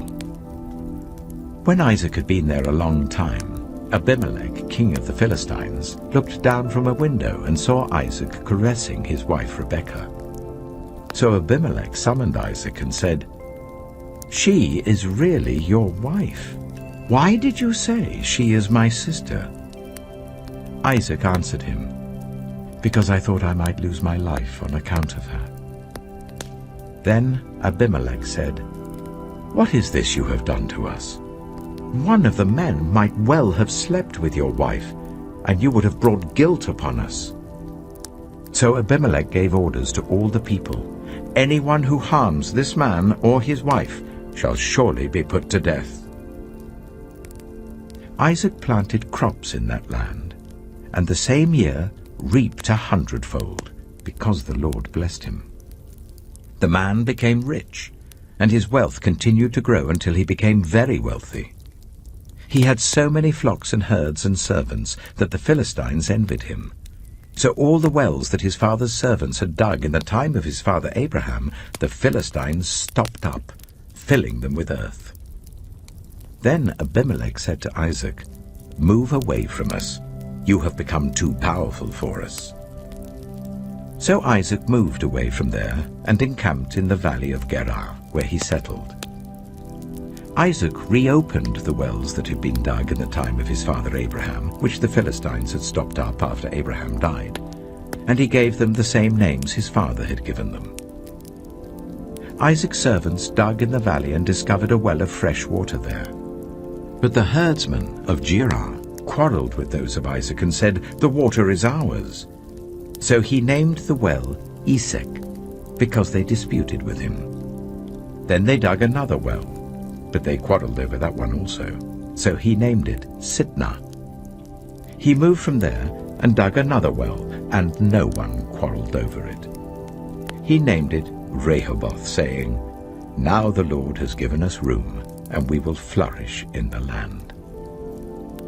From there he went up to Beersheba. That night the Lord appeared to him and said, "I am the God of your father Abraham. Do not be afraid, for I am with you. I will bless you and will increase the number of your descendants for the sake of my servant Abraham." Isaac built an altar there and called on the name of the Lord. There he pitched his tent, and there his servants dug a well. Meanwhile, Abimelech had come to him from Gerar with Ahuzah, his personal advisor, and Phicol, the commander of his forces. Isaac asked them, "Why have you come to me, since you were hostile to me and sent me away?" They answered, "We saw clearly that the Lord was with you.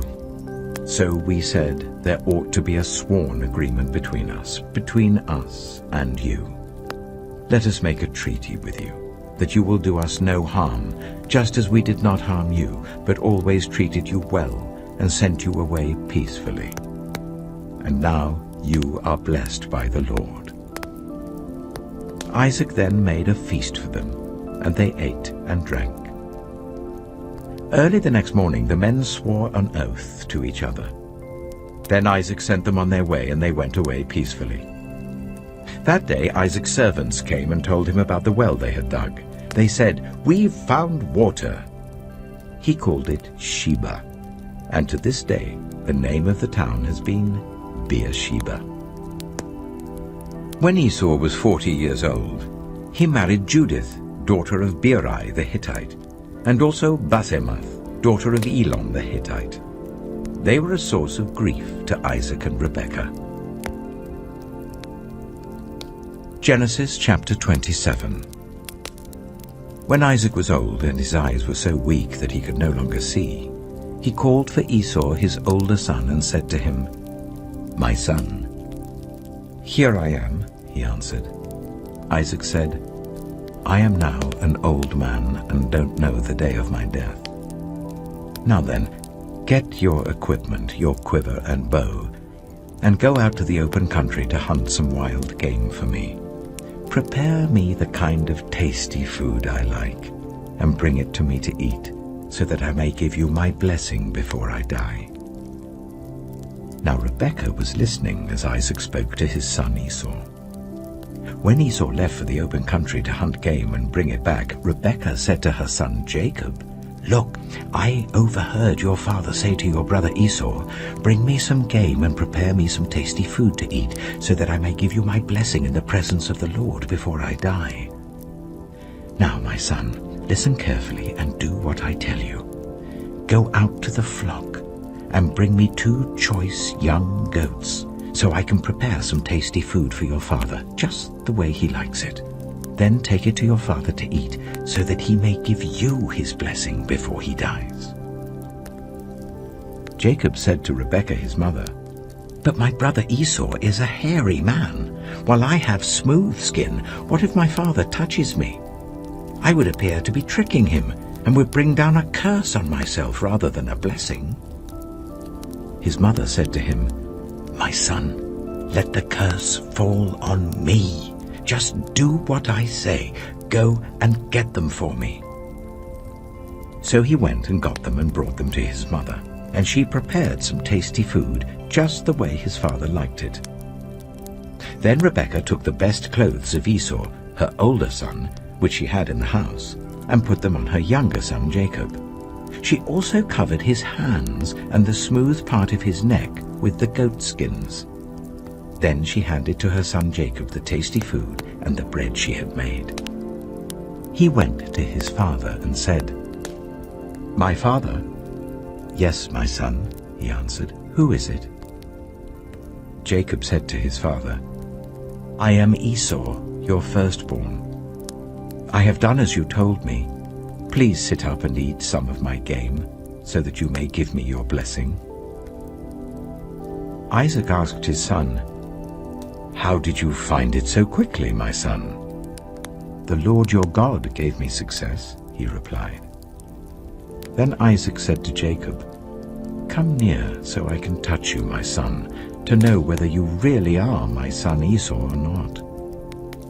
Jacob went close to his father Isaac, who touched him and said, "The voice is the voice of Jacob, but the hands are the hands of Esau."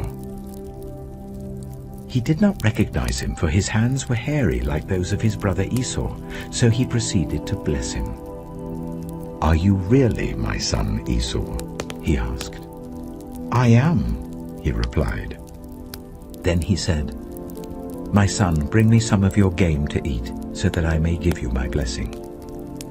Jacob brought it to him, and he ate, and he brought some wine, and he drank.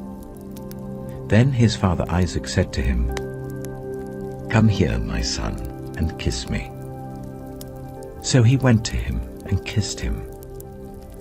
When Isaac caught the smell of his clothes, he blessed him and said, "Ah, the smell of my son is like the smell of a field that the Lord has blessed. May God give you heaven's dew and earth's richness, an abundance of grain and new wine. May nations serve you and peoples bow down to you. Be lord over your brothers, and may the sons of your mother bow down to you. May those who curse you be cursed, and those who bless you be blessed." After Isaac finished blessing him, and Jacob had scarcely left his father's presence, his brother Esau came in from hunting. He too prepared some tasty food and brought it to his father. Then he said to him, "My father, please sit up and eat some of my game, so that you may give me your blessing." His father Isaac asked him, "Who are you?" "I am your son," he answered, "your firstborn, Esau." Isaac trembled violently and said, "Who was it, then, that hunted game and brought it to me?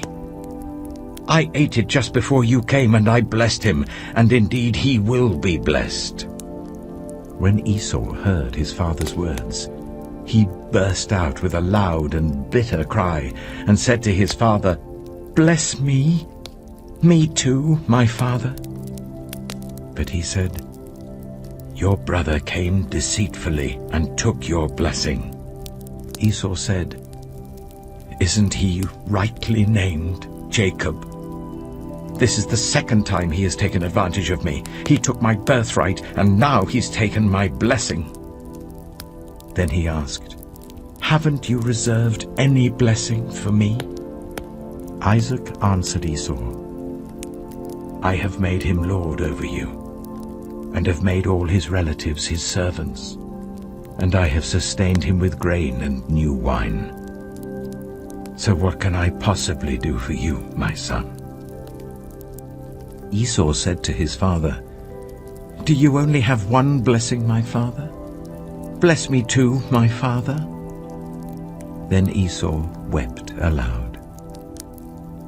His father Isaac answered him, "Your dwelling will be away from the earth's richness, away from the dew of heaven above.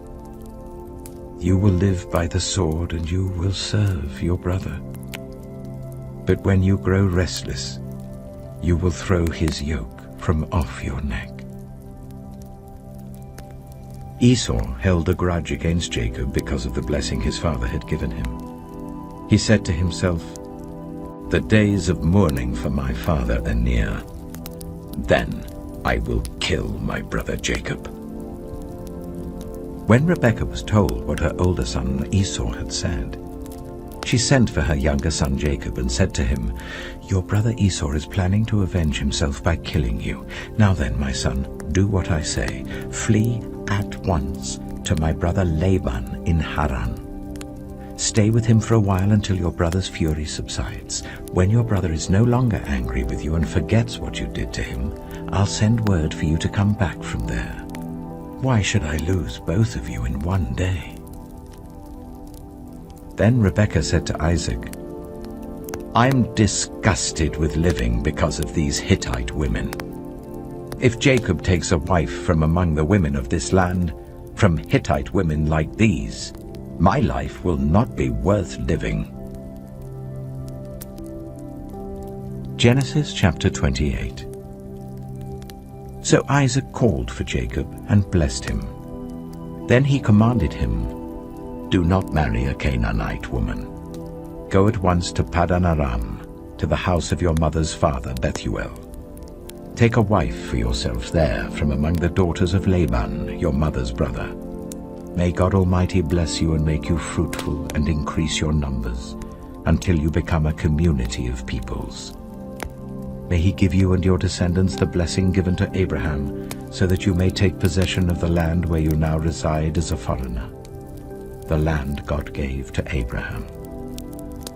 Then Isaac sent Jacob on his way, and he went to Paddan-aram, to Laban son of Bethuel the Aramean, the brother of Rebekah, who was the mother of Jacob and Esau. Now Esau learned that Isaac had blessed Jacob and had sent him to Paddan-aram to take a wife from there, and that when he blessed him he commanded him, "Do not marry a Canaanite woman," and that Jacob had obeyed his father and mother and had gone to Paddan-aram. Esau then realized how displeasing the Canaanite women were to his father Isaac. So he went to Ishmael and married Mahalath, the sister of Nebaioth, and daughter of Ishmael, son of Abraham, in addition to the wives he already had. Jacob left Beersheba and set out for Haran. When he reached a certain place, he stopped for the night because the sun had set.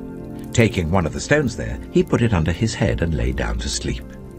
He had a dream in which he saw a stairway resting on the earth with its top reaching to heaven, and the angels of God were ascending and descending on it. There above it stood the Lord, and he said, "I am the Lord, the God of your father Abraham and the God of Isaac. I will give you and your descendants the land on which you are lying. Your descendants will be like the dust of the earth, and you will spread out to the west and to the east, to the north and to the south.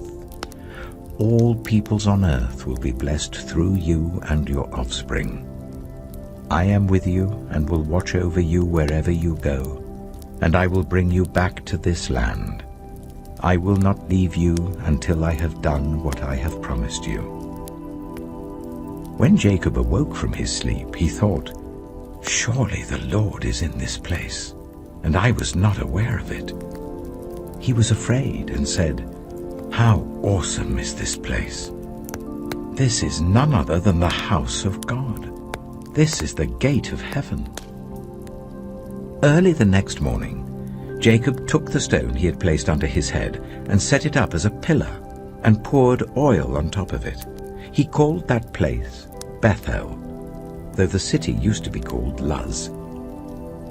Then Jacob made a vow, saying, "If God will be with me and will watch over me on this journey I am taking, and will give me food to eat and clothes to wear, so that I return safely to my father's household, then the Lord will be my God. And this stone that I have set up as a pillar will be God's house, and of all that you give me, I will give you a tenth." Genesis chapter 29. Then Jacob continued on his journey and came to the land of the eastern peoples. There he saw a well in the open country with 3 flocks of sheep lying near it, because the flocks were watered from that well. The stone over the mouth of the well was large.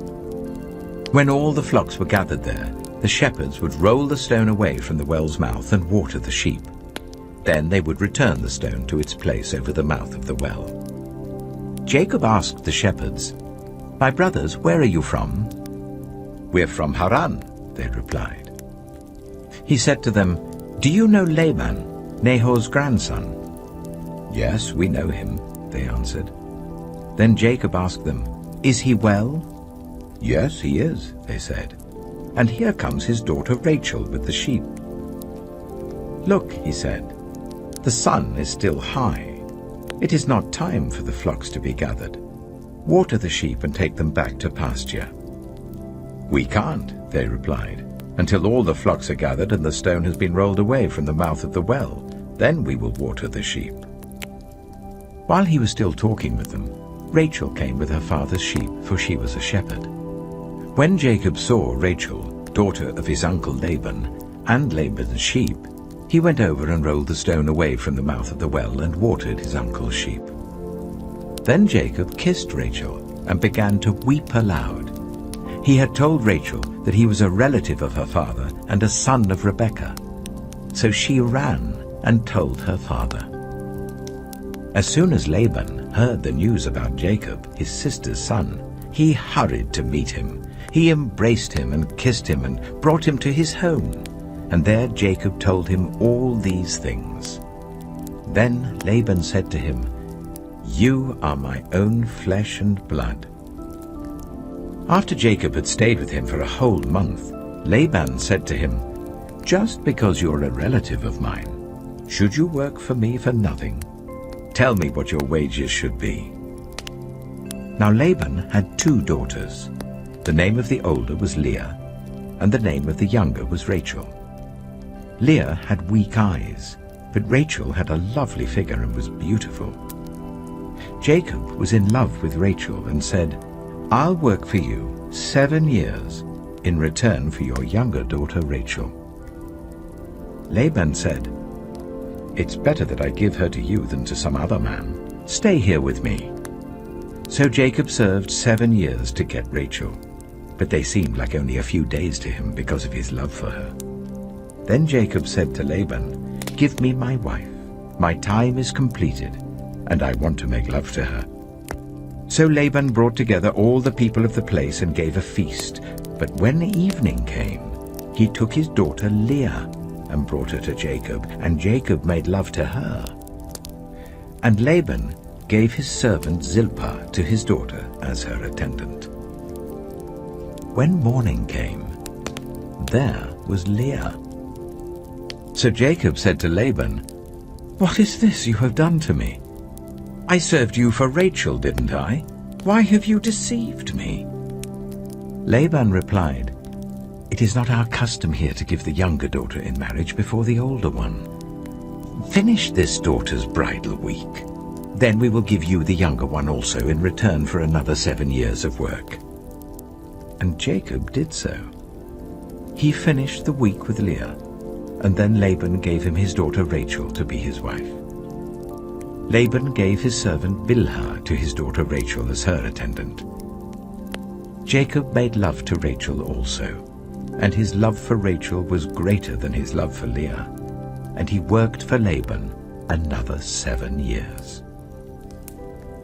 When the Lord saw that Leah was not loved, he enabled her to conceive, but Rachel remained childless.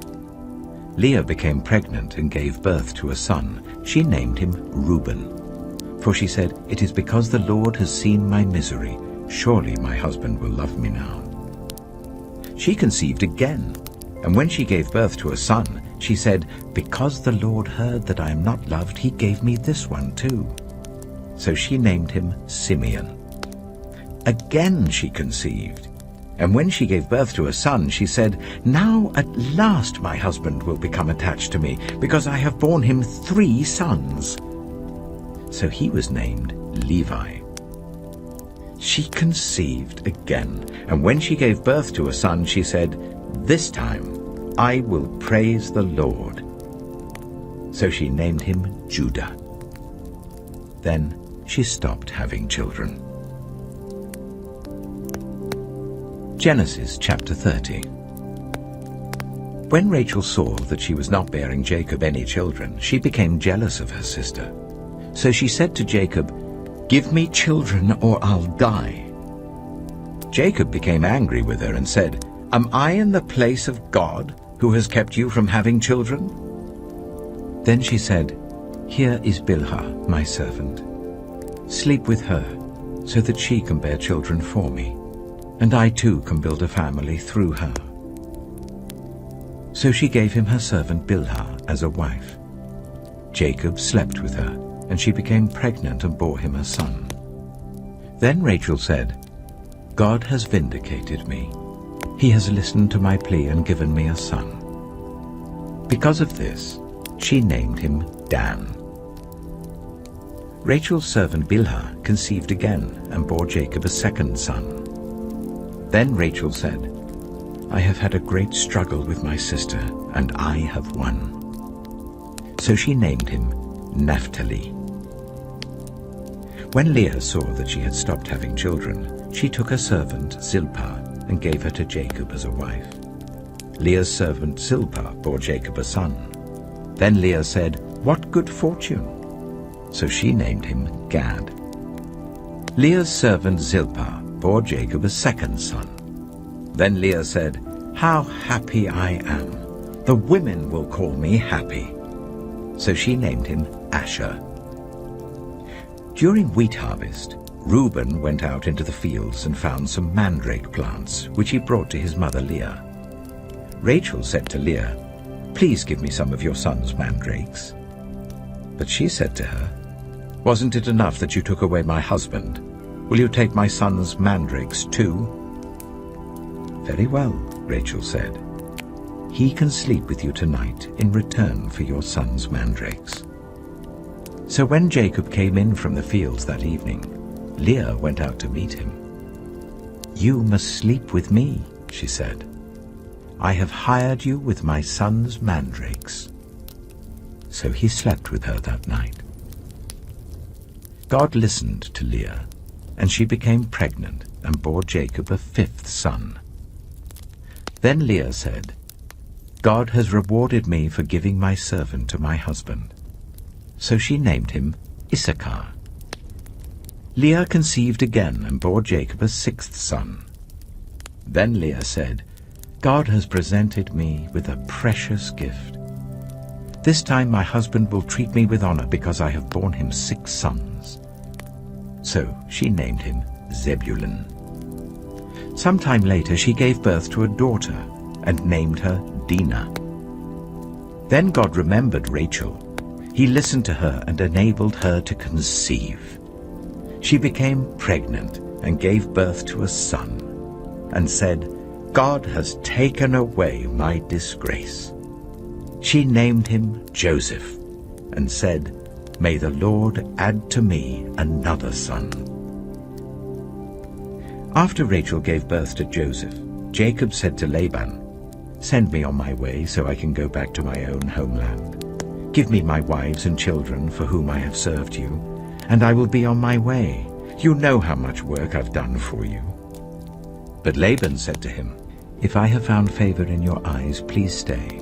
I have learned by divination that the Lord has blessed me because of you."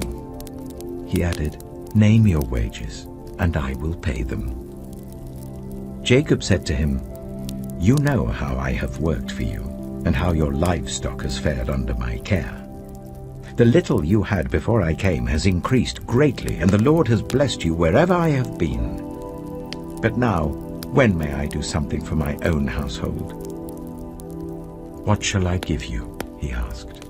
"Don't give me anything," Jacob replied. "But if you will do this one thing for me, I will go on tending your flocks and watching over them. Let me go through all your flocks today and remove from them every speckled or spotted sheep, every dark-colored lamb, and every spotted or speckled goat. They will be my wages. And my honesty will testify for me in the future, whenever you check on the wages you have paid me. Any goat in my possession that is not speckled or spotted, or any lamb that is not dark-colored, will be considered stolen." "Agreed," said Laban. "Let it be as you have said." That same day he removed all the male goats that were streaked or spotted, and all the speckled or spotted female goats, all that had white on them, and all the dark-colored lambs, and he placed them in the care of his sons. Then he put a 3-day journey between himself and Jacob, while Jacob continued to tend the rest of Laban's flocks. Jacob, however, took fresh-cut branches from poplar, almond, and plane trees, and made white stripes on them by peeling the bark and exposing the white inner wood of the branches. Then he placed the peeled branches in all the watering troughs, so that they would be directly in front of the flocks when they came to drink. When the flocks were in heat and came to drink, they mated in front of the branches, and they bore young that were streaked or speckled or spotted. Jacob set apart the young of the flock by themselves, but made the rest face the streaked and dark-colored animals that belonged to Laban. Thus he made separate flocks for himself, and did not put them with Laban's animals. Whenever the stronger females were in heat, Jacob would place the branches in the troughs in front of the animals, so that they would mate near the branches. But if the animals were weak, he would not place them there. So the weak animals went to Laban, and the strong ones went to Jacob. In this way the man grew exceedingly prosperous, and came to own large flocks and female and male servants, and camels and donkeys. Genesis chapter 31. Jacob heard that Laban's sons were saying, "Jacob has taken everything our father owned, and has gained all this wealth from what belonged to our father." And Jacob noticed that Laban's attitude toward him was not what it had been. Then the Lord said to Jacob, "Go back to the land of your fathers and to your relatives, and I will be with you." So Jacob sent word to Rachel and Leah to come out to the fields where his flocks were. He said to them, "I see that your father's attitude towards me is not what it was before, but the God of my father has been with me. You know that I've worked for your father with all my strength. Yet your father has cheated me by changing my wages 10 times. However, God has not allowed him to harm me. If he said, 'The speckled ones will be your wages,' then all the flocks gave birth to speckled young. And if he said, 'The streaked ones will be your wages,' then all the flocks bore streaked young. So God has taken away your father's livestock and has given them to me. In breeding season I once had a dream, in which I looked up and saw that the male goats mating with the flock were streaked, speckled, or spotted. The angel of God said to me in the dream, 'Jacob.' I answered, 'Here I am.' And he said, 'Look up and see that all the male goats mating with the flock are streaked, speckled, or spotted, for I have seen all that Laban has been doing to you. I am the God of Bethel, where you anointed a pillar and where you made a vow to me. Now leave this land at once and go back to your native land.' Then Rachel and Leah replied, 'Do we still have any share in the inheritance of our father's estate? Does he not regard us as foreigners? Not only has he sold us, but he has used up what was paid for us. Surely all the wealth that God took away from our father belongs to us and our children. So do whatever God has told you.' Then Jacob put his children and his wives on camels, and he drove all his livestock ahead of him along with all the goods he had accumulated in Paddan Aram, to go to his father Isaac in the land of Canaan. When Laban had gone to shear his sheep, Rachel stole her father's household gods. Moreover, Jacob deceived Laban the Aramean by not telling him he was running away. So he fled with all he had, crossed the Euphrates River, and headed for the hill country of Gilead. On the 3rd day, Laban was told that Jacob had fled. Taking his relatives with him, he pursued Jacob for 7 days and caught up with him in the hill country of Gilead. Then God came to Laban the Aramean in a dream at night and said to him, "Be careful not to say anything to Jacob, either good or bad." Jacob had pitched his tent in the hill country of Gilead when Laban overtook him, and Laban and his relatives camped there too. Then Laban said to Jacob, "What have you done? You've deceived me, and you've carried off my daughters like captives in war. Why did you run off secretly and deceive me? Why didn't you tell me, so I could send you away with joy and singing to the music of tambourines and harps? You didn't even let me kiss my grandchildren and my daughters goodbye. You've done a foolish thing. I have the power to harm you. But last night the God of your father said to me, 'Be careful not to say anything to Jacob, either good or bad.' Now you have gone off because you long to return to your father's household. But why did you steal my gods?" Jacob answered Laban, "I was afraid, because I thought you would take your daughters away from me by force. But if you find anyone who has your gods, that person shall not live. In the presence of our relatives, see for yourself whether there is anything of yours here with me, and if so, take it." Now Jacob did not know that Rachel had stolen the gods.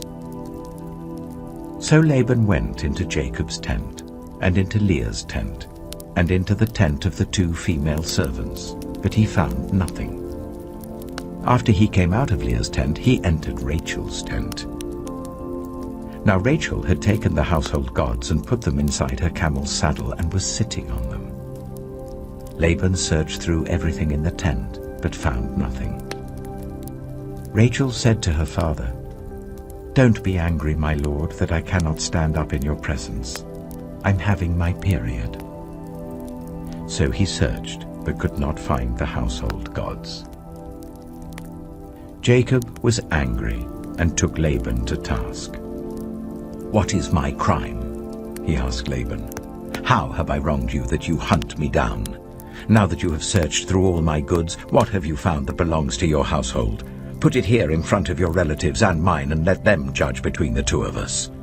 I have been with you for 20 years now. Your sheep and goats have not miscarried, nor have I eaten rams from your flocks. I did not bring you animals torn by wild beasts. I bore the loss myself. And you demanded payment from me for whatever was stolen by day or night. This was my situation. The heat consumed me in the daytime and the cold at night, and sleep fled from my eyes. It was like this for the 20 years I was in your household. I worked for you 14 years for your 2 daughters and 6 years for your flocks, and you changed my wages 10 times. If the God of my father, the God of Abraham, and the fear of Isaac had not been with me, you would surely have sent me away empty-handed. But God has seen my hardship and the toil of my hands, and last night he rebuked you." Laban answered Jacob, "The women are my daughters, the children are my children, and the flocks are my flocks. All you see is mine. Yet what can I do today about these daughters of mine, or about the children they have borne? Come now, let's make a covenant, you and I, and let it serve as a witness between us." So Jacob took a stone and set it up as a pillar.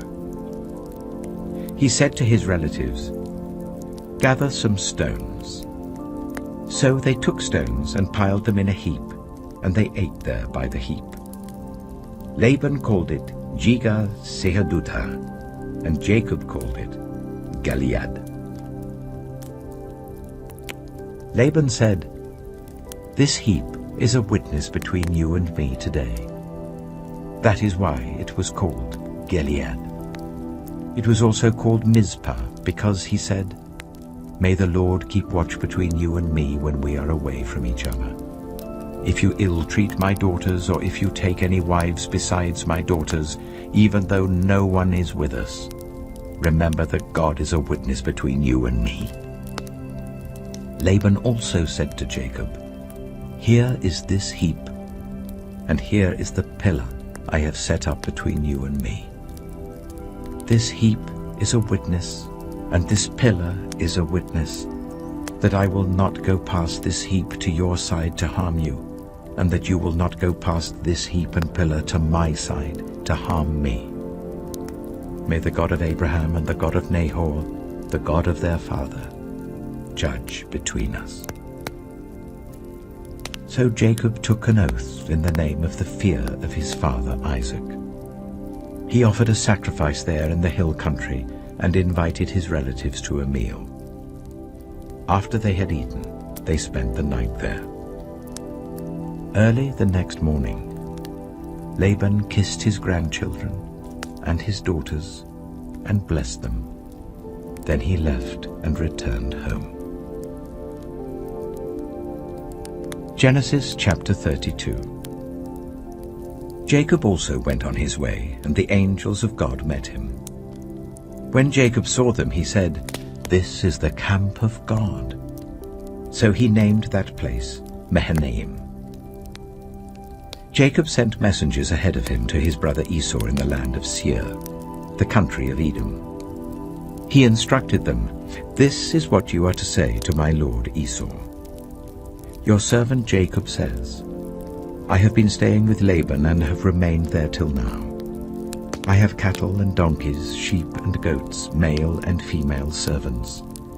Now I am sending this message to my lord, that I may find favor in your eyes." When the messengers returned to Jacob, they said, "We went to your brother Esau, and now he is coming to meet you, and 400 men are with him."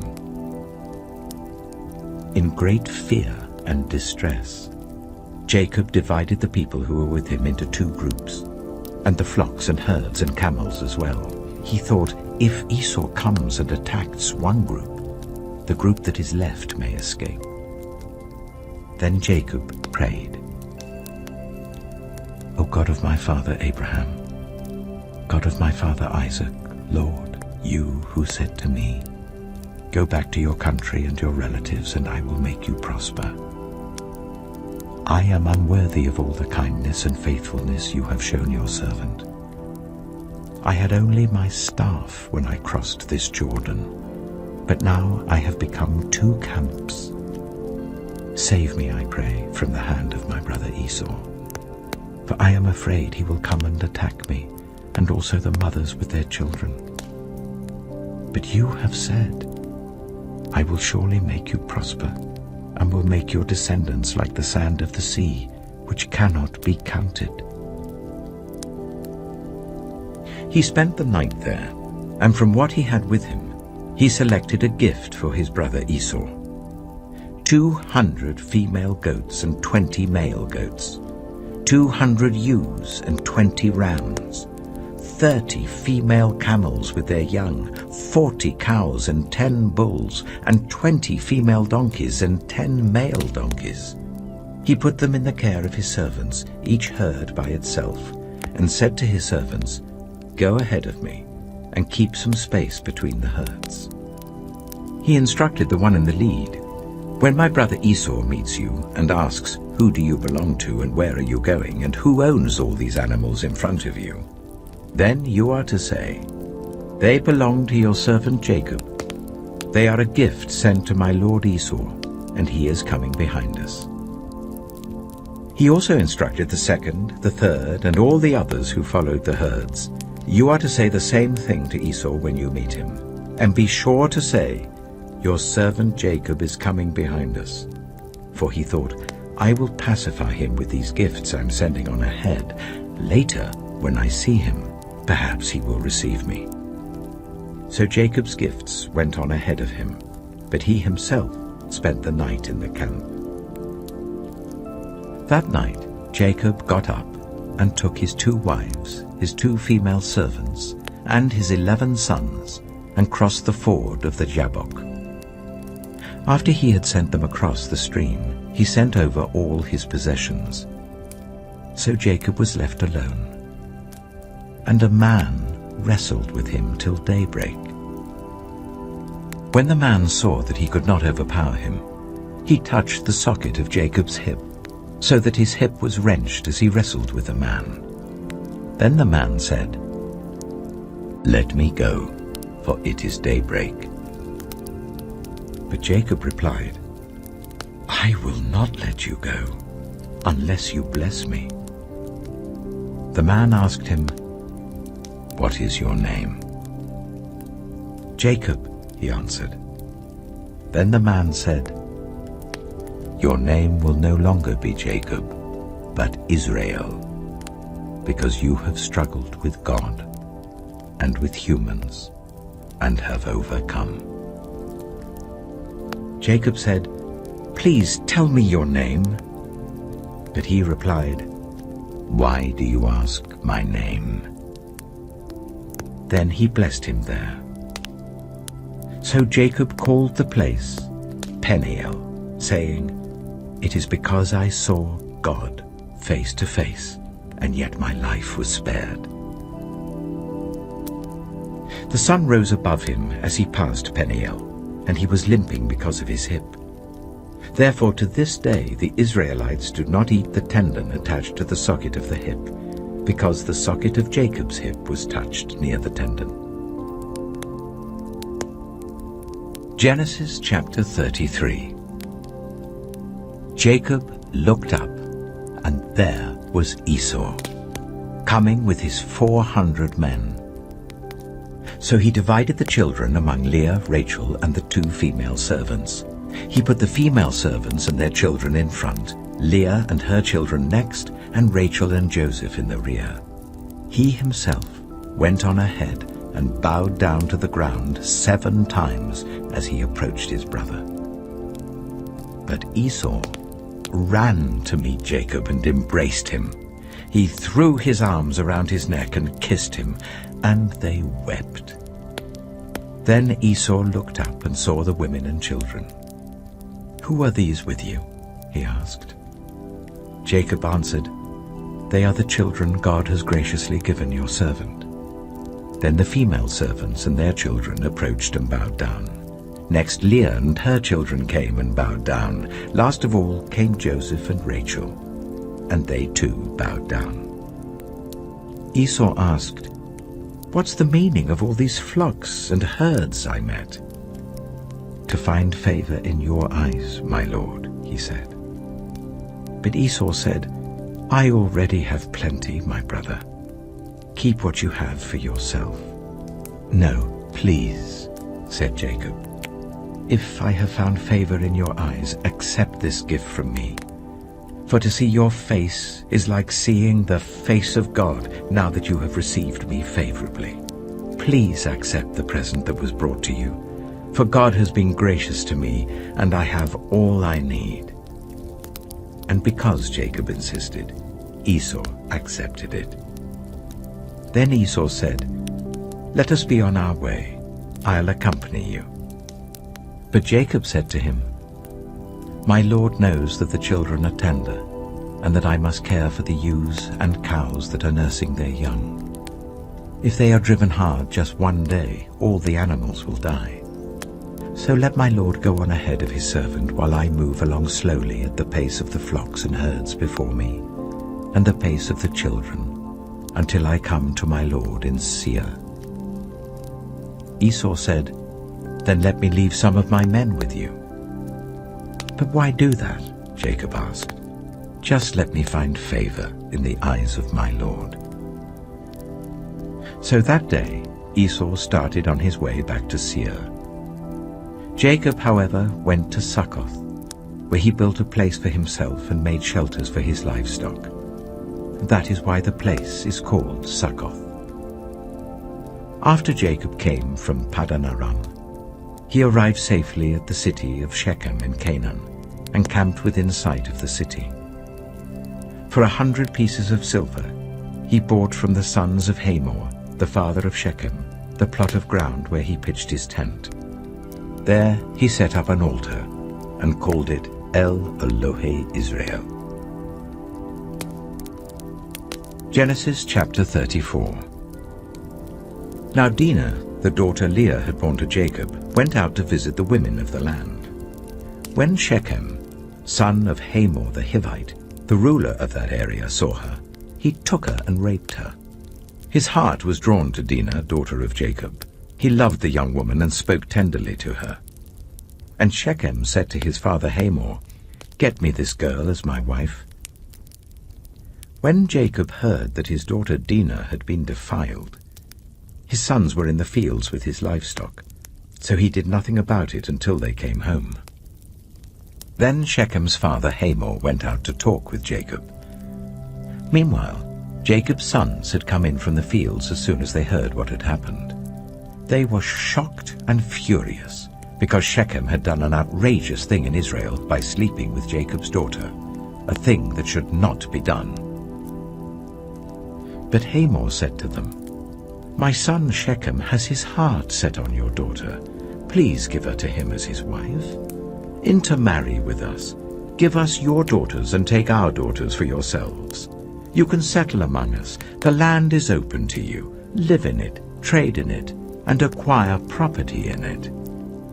Then Shechem said to Dinah's father and brothers, "Let me find favor in your eyes, and I will give you whatever you ask. Make the price for the bride and the gift I am to bring as great as you like, and I'll pay whatever you ask me. Only give me the young woman as my wife." Because their sister Dinah had been defiled, Jacob's sons replied deceitfully as they spoke to Shechem and his father Hamor. They said to them, "We can't do such a thing. We can't give our sister to a man who is not circumcised. That would be a disgrace to us. We will enter into an agreement with you on one condition only, that you become like us by circumcising all your males. Then we will give you our daughters and take your daughters for ourselves. We'll settle among you and become one people with you. But if you will not agree to be circumcised, we'll take our sister and go." Their proposal seemed good to Hamor and his son Shechem. The young man, who was the most honored of all his father's family, lost no time in doing what they said, because he was delighted with Jacob's daughter. So Hamor and his son Shechem went to the gate of their city to speak to the men of their city. "These men are friendly towards us," they said. "Let them live in our land and trade in it. The land has plenty of room for them. We can marry their daughters and they can marry ours. But the men will agree to live with us as one people, only on the condition that our males be circumcised, as they themselves are. Won't their livestock, their property, and all their other animals become ours? So let us agree to their terms, and they will settle among us." All the men who went out of the city gate agreed with Hamor and his son Shechem, and every male in the city was circumcised. 3 days later, while all of them were still in pain, 2 of Jacob's sons, Simeon and Levi, Dinah's brothers, took their swords and attacked the unsuspecting city, killing every male. They put Hamor and his son Shechem to the sword and took Dinah from Shechem's house and left. The sons of Jacob came upon the dead bodies and looted the city where their sister had been defiled. They seized their flocks and herds and donkeys and everything else of theirs in the city and out in the fields. They carried off all their wealth and all their women and children, taking as plunder everything in the houses.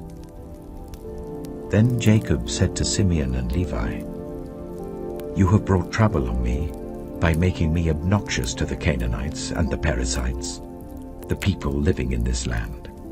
We are few in number, and if they join forces against me and attack me, I and my household will be destroyed." But they replied, "Should he have treated our sister like a prostitute?" Genesis chapter 35. Then God said to Jacob, "Go up to Bethel and settle there, and build an altar there to God, who appeared to you when you were fleeing from your brother Esau." So Jacob said to his household and to all who were with him, "Get rid of the foreign gods you have with you, and purify yourselves and change your clothes. Then come, let us go up to Bethel, where I will build an altar to God, who answered me in the day of my distress, and who has been with me wherever I have gone." So they gave Jacob all the foreign gods they had, and the rings in their ears, and Jacob buried them under the oak at Shechem. Then they set out, and the terror of God fell on the towns all around them, so that no one pursued them. Jacob and all the people with him came to Luz, that is Bethel, in the land of Canaan. There he built an altar, and he called the place El Bethel, because it was there that God revealed himself to him when he was fleeing from his brother. Now Deborah, Rebekah's nurse, died, and was buried under the oak outside Bethel. So it was named Allon-Bacuth. After Jacob returned from Paddan Aram, God appeared to him again and blessed him. God said to him, "Your name is Jacob, but you will no longer be called Jacob. Your name will be Israel." So he named him Israel. And God said to him, I am God Almighty. Be fruitful and increase in number. A nation and a community of nations will come from you, and kings will be among your descendants. The land I gave to Abraham and Isaac I also give to you, and I will give this land to your descendants after you." Then God went up from him at the place where he had talked with him. Jacob set up a stone pillar at the place where God had talked with him, and he poured out a drink offering on it. He also poured oil on it. Jacob called the place where God had talked with him Bethel. Then they moved on from Bethel. While they were still some distance from Ephrath, Rachel began to give birth and had great difficulty. And as she was having great difficulty in childbirth, the midwife said to her, "Don't despair, for you have another son." As she breathed her last, for she was dying, she named her son Ben-Oni, but his father named him Benjamin. So Rachel died and was buried on the way to Ephrath, that is Bethlehem. Over her tomb Jacob set up a pillar, and to this day that pillar marks Rachel's tomb. Israel moved on again and pitched his tent beyond Migdal-Eder. While Israel was living in that region, Reuben went in and slept with his father's concubine Bilhah, and Israel heard of it. Jacob had 12 sons. The sons of Leah: Reuben, the firstborn of Jacob, Simeon, Levi, Judah, Issachar, and Zebulun. The sons of Rachel: Joseph and Benjamin. The sons of Rachel's servant Bilhah: Dan and Naphtali. The sons of Leah's servant Zilpah: Gad and Asher. These were the sons of Jacob who were born to him in Paddan Aram. Jacob came home to his father Isaac in Mamre, near Kiriath Arba, that is Hebron, where Abraham and Isaac had stayed. Isaac lived 180 years.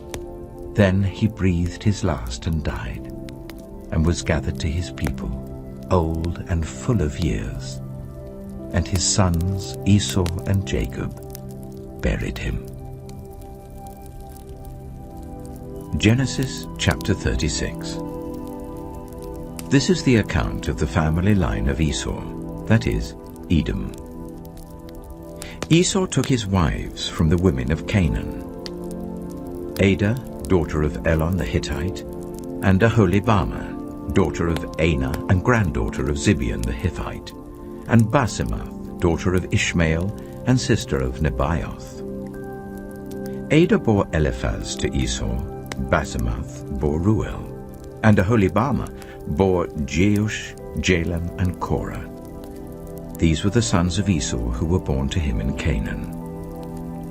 Esau took his wives and sons and daughters and all the members of his household, as well as his livestock and all his other animals and all the goods he had acquired in Canaan, and moved to a land some distance from his brother Jacob.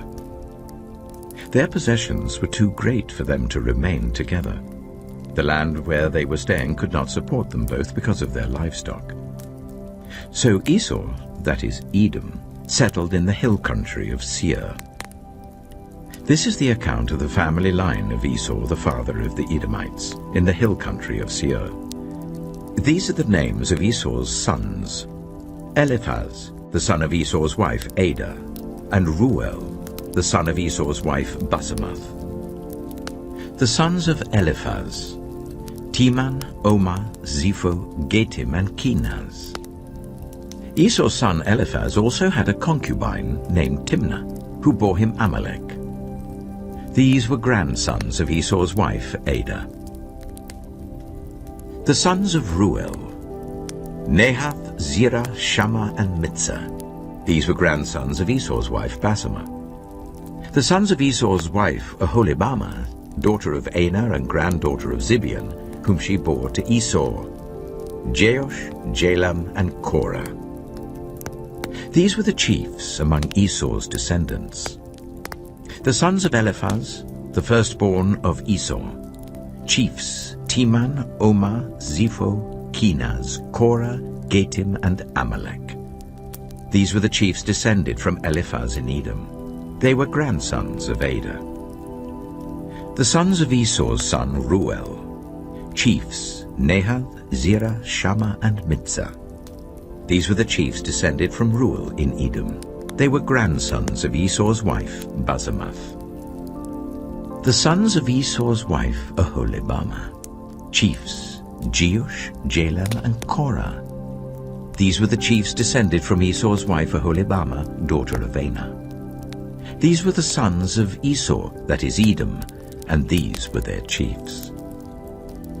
These were the sons of Seir the Horite, who were living in the region: Lotan, Shobal, Zibeon, Anah, Dishon, Ezer, and Dishan. These sons of Seir in Edom were Horite chiefs. The sons of Lotan: Horai and Homam. Timnah was Lotan's sister. The sons of Shobal: Alvan, Manahath, Ebal, Shapho, and Onam. The sons of Zibeon: Aya and Anah. This is the Anah who discovered the hot springs in the desert while he was grazing the donkeys of his father Zibeon. The children of Anah: Dishon and Aholibamah, daughter of Anah. The sons of Dishon: Hemdan, Eshban, Ithran, and Kiran. The sons of Ezer: Bilhan, Zevan, and Achan. The sons of Dishan: Az and Aram. These were the Horite chiefs: Lotan, Shobal, Zibeon, Anah, Dishon, Ezer, and Dishan. These were the Horite chiefs according to their divisions in the land of Seir. These were the kings who reigned in Edom before any Israelite king reigned. Bela, son of Beor, became king of Edom. His city was named Dinhabah. When Bela died, Jobab, son of Zerah from Bozrah, succeeded him as king. When Jobab died, Husham from the land of the Temanites succeeded him as king. When Husham died, Hadad, son of Bedad, who defeated Midian in the country of Moab, succeeded him as king. His city was named Avith. When Hadad died, Samlah from Masrekah succeeded him as king. When Samlah died, Shaul from Rehoboth on the river succeeded him as king. When Shaul died, Baal-Hanan, son of Akbor, succeeded him as king. When Baal-Hanan, son of Akbor, died, Hadad succeeded him as king. His city was named Peiu, and his wife's name was Mehetabel, daughter of Metred, the daughter of Mezahab. These were the chiefs descended from Esau, by name according to their clans and regions: Timnah, Aliva, Jetheth, Aholibamah, Elah, Pinon, Kizah, Teman, Mibzah, Magdiel, and Iram. These were the chiefs of Edom according to their settlements in the land they occupied. This is the family line of Esau, the father of the Edomites. Genesis chapter 37. Jacob lived in the land where his father had stayed, the land of Canaan. This is the account of Jacob's family line. Joseph, a young man of 17, was tending the flocks with his brothers, the sons of Bilhah and the sons of Zilpah, his father's wives, and he brought their father a bad report about them. Now Israel loved Joseph more than any of his other sons, because he had been born to him in his old age, and he made an ornate robe for him. When his brothers saw that their father loved him more than any of them, they hated him and could not speak a kind word to him. Joseph had a dream, and when he told it to his brothers, they hated him all the more. He said to them, "Listen to this dream I had. We were binding sheaves of corn out in the field when suddenly my sheaf rose and stood upright, while your sheaves gathered round mine and bowed down to it." His brothers said to him, "Do you intend to reign over us? Will you actually rule us?" And they hated him all the more because of his dream and what he had said. Then he had another dream, and he told it to his brothers. "Listen," he said, "I had another dream, and this time the sun and moon and 11 stars were bowing down to me." When he told his father as well as his brothers, his father rebuked him and said, "What is this dream you had? Will your mother and I and your brothers actually come and bow down to the ground before you?" His brothers were jealous of him, but his father kept the matter in mind. Now his brothers had gone to graze their father's flocks near Shechem, and Israel said to Joseph, "As you know, your brothers are grazing the flocks near Shechem. Come, I'm going to send you to them." "Very well," he replied. So he said to him, "Go and see if all is well with your brothers and with the flocks, and bring word back to me." Then he sent him off from the valley of Hebron. When Joseph arrived at Shechem, a man found him wandering around in the fields and asked him, "What are you looking for?" He replied, "I'm looking for my brothers. Can you tell me where they are grazing their flocks?" "They've moved on from here," the man answered. "I heard them say, 'Let's go to Dothan.'" So Joseph went after his brothers and found them near Dothan. But they saw him in the distance, and before he reached them, they plotted to kill him.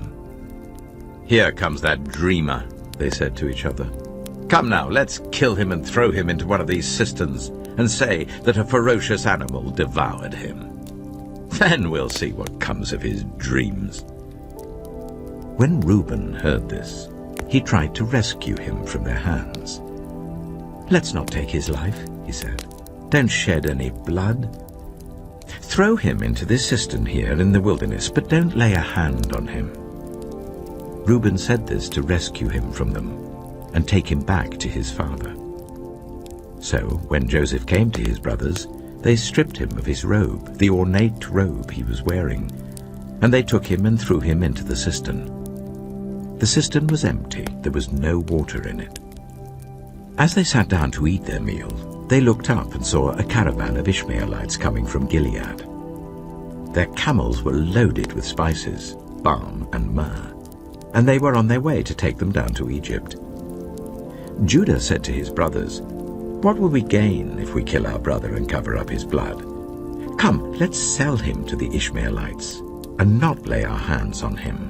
After all, he is our brother, our own flesh and blood." His brothers agreed. So when the Midianite merchants came by, his brothers pulled Joseph up out of the cistern and sold him for 20 shekels of silver to the Ishmaelites, who took him to Egypt. When Reuben returned to the cistern and saw that Joseph was not there, he tore his clothes. He went back to his brothers and said, "The boy isn't there. Where can I turn now?" Then they got Joseph's robe, slaughtered a goat and dipped the robe in the blood. They took the ornate robe back to their father and said, "We found this. Examine it to see whether it is your son's robe." He recognized it and said, "It is my son's robe. Some ferocious animal has devoured him. Joseph has surely been torn to pieces." Then Jacob tore his clothes, put on sackcloth, and mourned for his son many days. All his sons and daughters came to comfort him, but he refused to be comforted. "No," he said, "I will continue to mourn until I join my son in the grave." So his father wept for him. Meanwhile, the Midianites sold Joseph in Egypt to Potiphar, one of Pharaoh's officials, the captain of the guard. Genesis chapter 38. At that time, Judah left his brothers and went down to stay with a man of Adullam named Hira. There Judah met the daughter of a Canaanite man named Shua. He married her and made love to her. She became pregnant and gave birth to a son, who was named She conceived again and gave birth to a son and named him Onan. She gave birth to still another son, and named him Shelah. It was at Kisib that she gave birth to him. Judah got a wife for his firstborn, and her name was Tamar. But Judah's firstborn, was wicked in the Lord's sight, so the Lord put him to death. Then Judah said to Onan, "Sleep with your brother's wife, and fulfill your duty to her as a brother-in-law to raise up offspring for your brother." But Onan knew that the child would not be his. So whenever he slept with his brother's wife, he spilled his semen on the ground to avoid providing offspring for his brother. What he did was wicked in the Lord's sight, so the Lord put him to death also. Judah then said to his daughter-in-law Tamar, "Live as a widow in your father's household until my son Shelah grows up." For he thought, he may die too, just like his brothers. So Tamar went to live in her father's household. After a long time, Judah's wife, the daughter of Shua, died. When Judah had recovered from his grief, he went up to Timnah to the men who were shearing his sheep, and his friend Hira the Adullamite went with him. When Tamar was told, "Your father-in-law is on his way to Timnah to shear his sheep," she took off her widow's clothes, covered herself with a veil to disguise herself, and then sat down at the entrance to Enaim, which is on the road to Timnah, for she saw that though Shelah had now grown up, she had not been given to him as his wife. When Judah saw her, he thought she was a prostitute, for she had covered her face.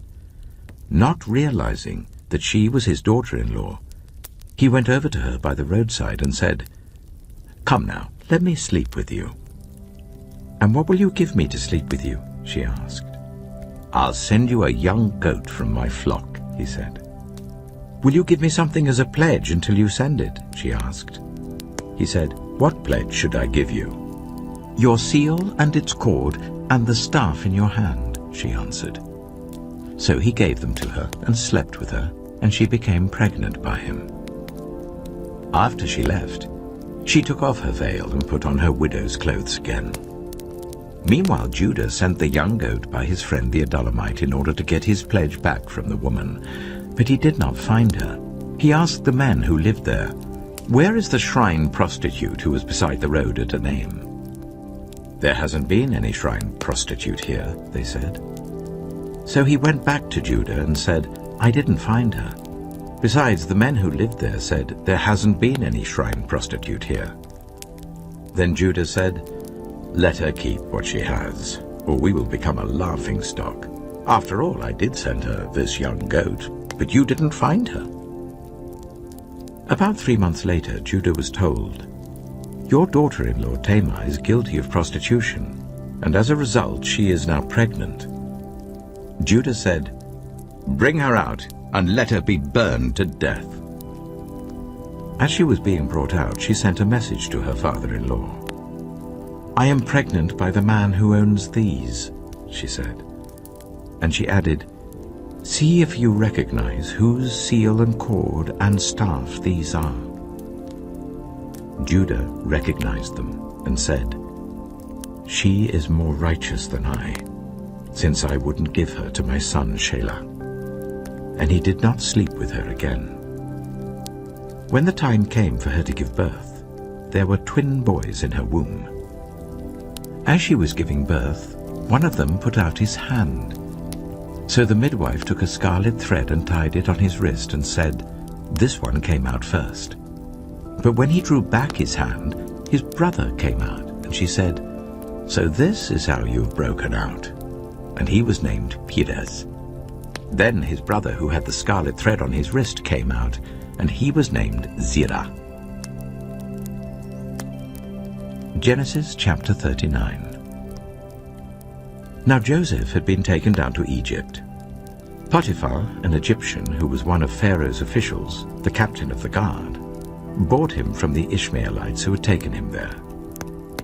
The Lord was with Joseph, so that he prospered, and he lived in the house of his Egyptian master. When his master saw that the Lord was with him, and that the Lord gave him success in everything he did, Joseph found favor in his eyes and became his attendant. Potiphar put him in charge of his household, and he entrusted to his care everything he owned. From the time he put him in charge of his household and of all that he owned, the Lord blessed the household of the Egyptian because of Joseph. The blessing of the Lord was on everything Potiphar had, both in the house and in the field.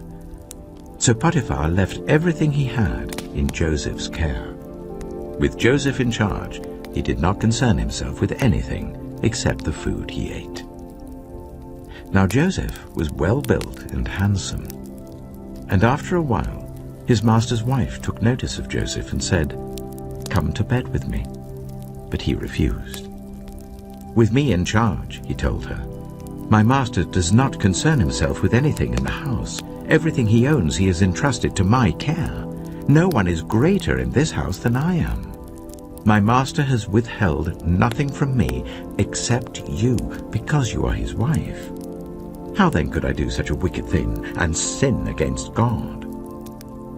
And though she spoke to Joseph day after day, he refused to go to bed with her or even be with her. One day, he went into the house to attend to his duties, and none of the household servants was inside. She caught him by his cloak and said, "Come to bed with me." But he left his cloak in her hand and ran out of the house.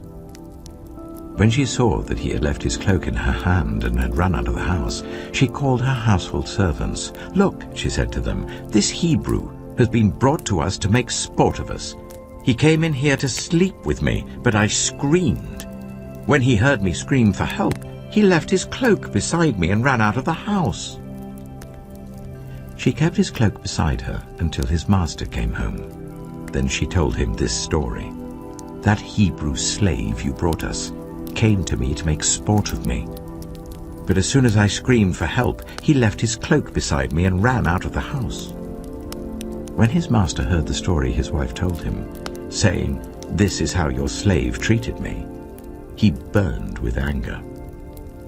Joseph's master took him and put him in prison, the place where the king's prisoners were confined. But while Joseph was there in the prison, the Lord was with him. He showed him kindness and granted him favor in the eyes of the prison warden. So the warden put Joseph in charge of all those held in the prison, and he was made responsible for all that was done there. The warden paid no attention to anything under Joseph's care, because the Lord was with Joseph and gave him success in whatever he did. Genesis chapter 40. Sometime later, the cupbearer and the baker of the king of Egypt offended their master, the king of Egypt. Pharaoh was angry with his two officials, the chief cupbearer and the chief baker, and put them in custody in the house of the captain of the guard, in the same prison where Joseph was confined. The captain of the guard assigned them to Joseph, and he attended them. After they had been in custody for some time, each of the two men, the cupbearer and the baker of the king of Egypt, who were being held in prison, had a dream the same night, and each dream had a meaning of its own. When Joseph came to them the next morning, he saw that they were dejected. So he asked Pharaoh's officials who were in custody with him in his master's house, "Why do you look so sad today?" "We both had dreams," they answered, "but there is no one to interpret them." Then Joseph said to them, "Do not interpretations belong to God? Tell me your dreams." So the chief cupbearer told Joseph his dream. He said to him, "In my dream, I saw a vine in front of me, and on the vine were 3 branches. As soon as it budded, it blossomed, and its clusters ripened into grapes. Pharaoh's cup was in my hand, and I took the grapes, squeezed them into Pharaoh's cup, and put the cup in his hand." "This is what it means," Joseph said to him. "The 3 branches are 3 days. Within 3 days, Pharaoh will lift up your head and restore you to your position, and you will put Pharaoh's cup in his hand, just as you used to do when you were his cupbearer. But when all goes well with you, remember me and show me kindness. Mention me to Pharaoh and get me out of this prison. I was forcibly carried off from the land of the Hebrews, and even here I've done nothing to deserve being put in a dungeon." When the chief baker saw that Joseph had given a favorable interpretation, he said to Joseph, "I too had a dream. On my head were 3 baskets of bread. In the top basket were all kinds of baked goods for Pharaoh, but the birds were eating them out of the basket on my head." "This is what it means," Joseph said. "The 3 baskets are 3 days. Within 3 days, Pharaoh will lift off your head and impale your body on a pole, and the birds will eat away your flesh." Now the 3rd day was Pharaoh's birthday, and he gave a feast for all his officials. He lifted up the heads of the chief cupbearer and the chief baker in the presence of his officials. He restored the chief cupbearer to his position, so that he once again put the cup into Pharaoh's hand. But he impaled the chief baker, just as Joseph had said to them in his interpretation. The chief cupbearer, however, did not remember Joseph. He forgot him. Genesis chapter 41. When 2 full years had passed, Pharaoh had a dream. He was standing by the Nile, when out of the river there came up 7 cows, sleek and fat, and they grazed among the reeds. After them 7 other cows, ugly and gaunt, came up out of the Nile and stood beside those on the riverbank. And the cows that were ugly and gaunt ate up the 7 sleek, fat cows. Then Pharaoh woke up. He fell asleep again and had a second dream. 7 ears of corn, healthy and good, were growing on a single stalk. After them 7 other ears of corn sprouted, thin and scorched by the east wind. The thin ears of corn swallowed up the 7 healthy, full ears. Then Pharaoh woke up. It had been a dream. In the morning his mind was troubled, so he sent for all the magicians and wise men of Egypt. Pharaoh told them his dreams, but no one could interpret them for him. Then the chief cupbearer said to Pharaoh, "Today I'm reminded of my shortcomings. Pharaoh was once angry with his servants, and he imprisoned me and the chief baker in the house of the captain of the guard. Each of us had a dream the same night, and each dream had a meaning of its own. Now a young Hebrew was there with us, a servant of the captain of the guard. We told him our dreams, and he interpreted them for us, giving each man the interpretation of his dream. And things turned out exactly as he interpreted them to us. I was restored to my position, and the other man was impaled." So Pharaoh sent for Joseph, and he was quickly brought from the dungeon. When he had shaved and changed his clothes, he came before Pharaoh. Pharaoh said to Joseph, "I had a dream, and no one can interpret it. But I have heard it said of you that when you hear a dream, you can interpret it." "I cannot do it," Joseph replied to Pharaoh, "but God will give Pharaoh the answer he desires." Then Pharaoh said to Joseph, "In my dream I was standing on the bank of the Nile. When out of the river there came up 7 cows, fat and sleek, and they grazed among the reeds.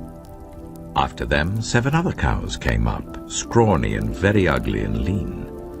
I had never seen such ugly cows in all the land of Egypt. The lean, ugly cows ate up the 7 fat cows that came up first. But even after they ate them, no one could tell that they had done so. They looked just as ugly as before. Then I woke up. In my dream I saw 7 ears of corn, full and good, growing on a single stalk. After them 7 other ears sprouted, withered and thin and scorched by the east wind. The thin ears of corn swallowed up the 7 good ears. I told this to the magicians, but none of them could explain it to me." Then Joseph said to Pharaoh, "The dreams of Pharaoh are one and the same. God has revealed to Pharaoh what he is about to do. The 7 good cows are 7 years, and the 7 good ears of corn are 7 years. It is one and the same dream. The 7 lean, ugly cows that came up afterward are 7 years, and so are the 7 worthless ears of corn scorched by the east wind. They are 7 years of famine. It is just as I said to Pharaoh. God has shown Pharaoh what he is about to do. 7 years of great abundance are coming throughout the land of Egypt, but 7 years of famine will follow them. Then all the abundance in Egypt will be forgotten, and the famine will ravage the land. The abundance in the land will not be remembered, because the famine that follows it will be so severe. The reason the dream was given to Pharaoh in 2 forms is that the matter has been firmly decided by God, and God will do it soon. And now let Pharaoh look for a discerning and wise man, and put him in charge of the land of Egypt. Let Pharaoh appoint commissioners over the land to take 1/5 of the harvest of Egypt during the 7 years of abundance. They should collect all the food of these good years that are coming and store up the grain under the authority of Pharaoh to be kept in the cities for food. This food should be held in reserve for the country, to be used during the 7 years of famine that will come upon Egypt, so that the country may not be ruined by the famine. The plan seemed good to Pharaoh and to all his officials. So Pharaoh asked them, "Can we find anyone like this man, one in whom is the Spirit of God?" Then Pharaoh said to Joseph, "Since God has made all this known to you, there is no one so discerning and wise as you. You shall be put in charge of my palace, and all my people are to submit to your orders.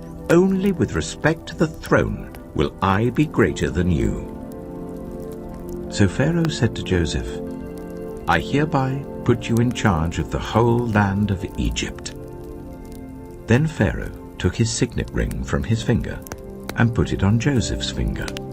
He dressed him in robes of fine linen and put a gold chain around his neck.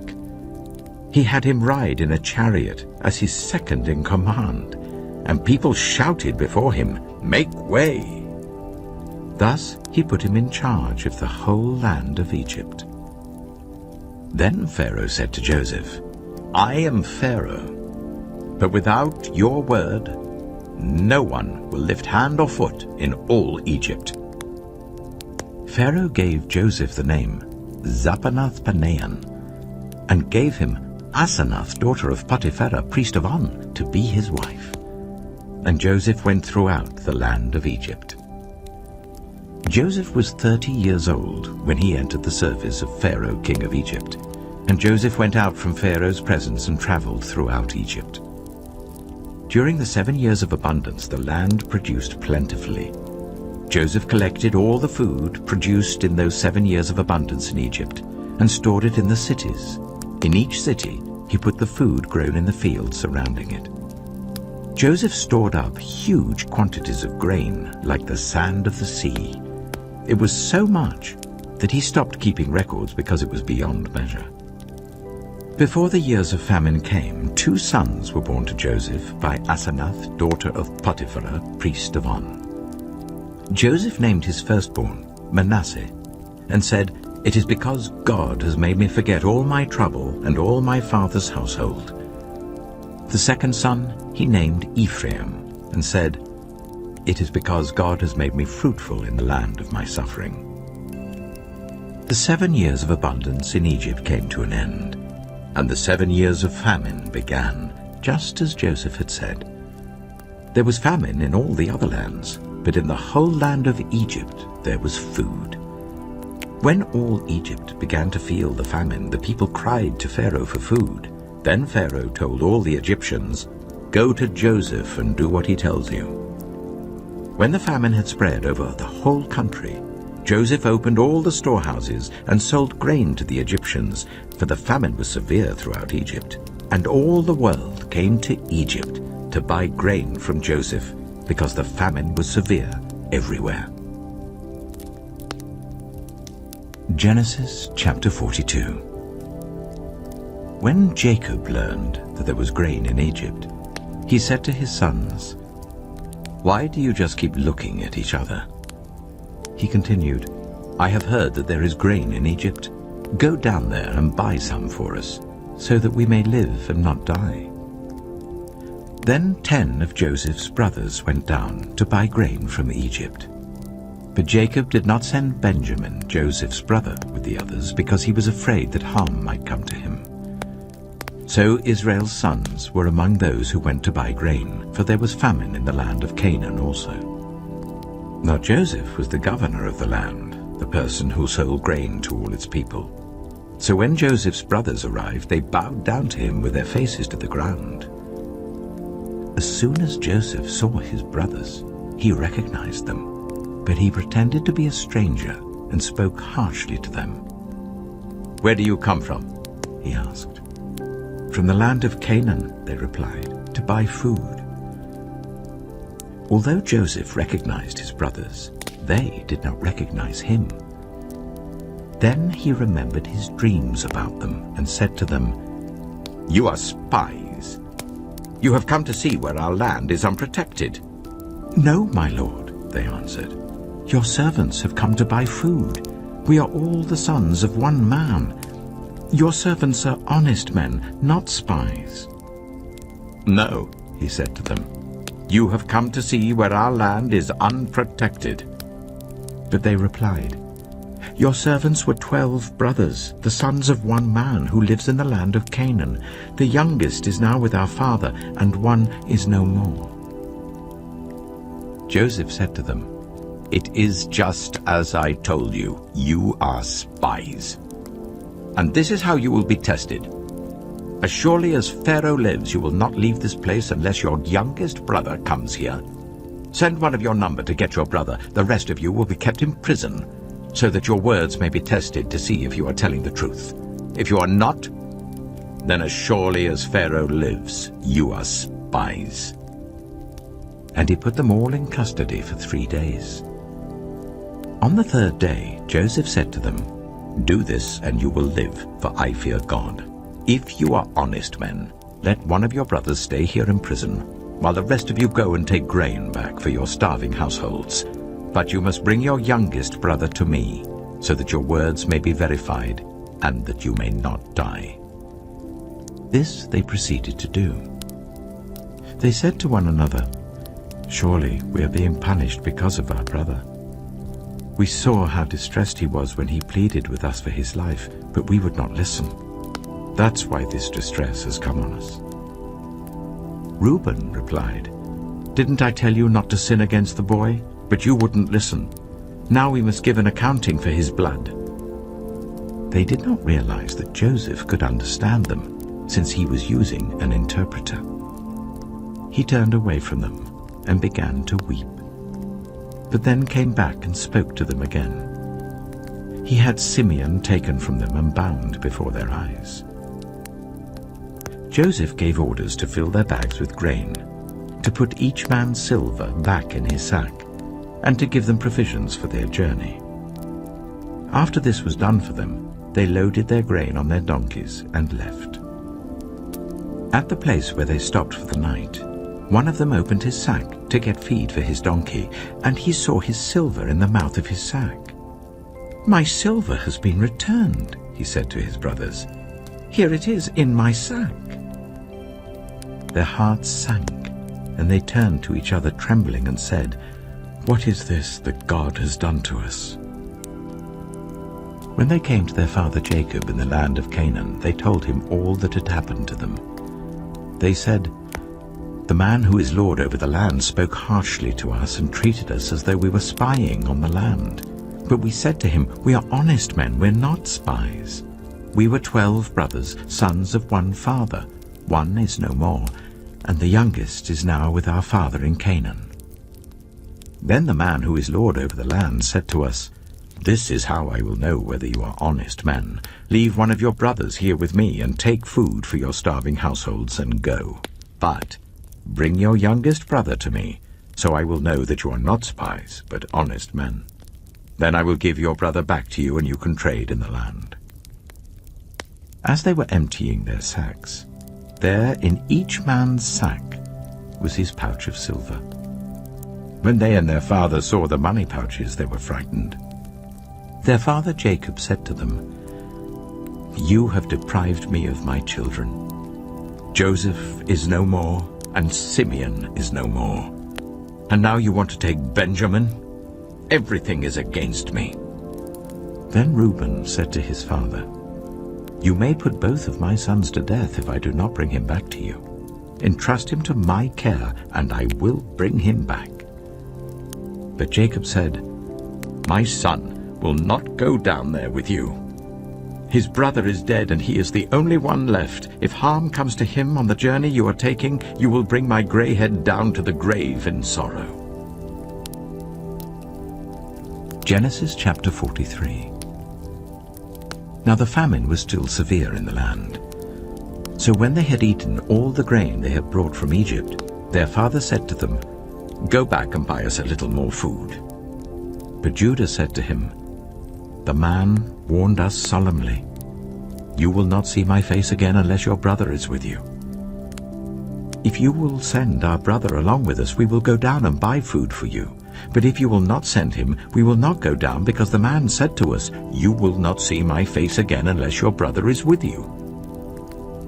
Israel asked, "Why did you bring this trouble on me by telling the man you had another brother?" They replied, "The man questioned us closely about ourselves and our family. 'Is your father still living?' he asked us. 'Do you have another brother?' We simply answered his questions.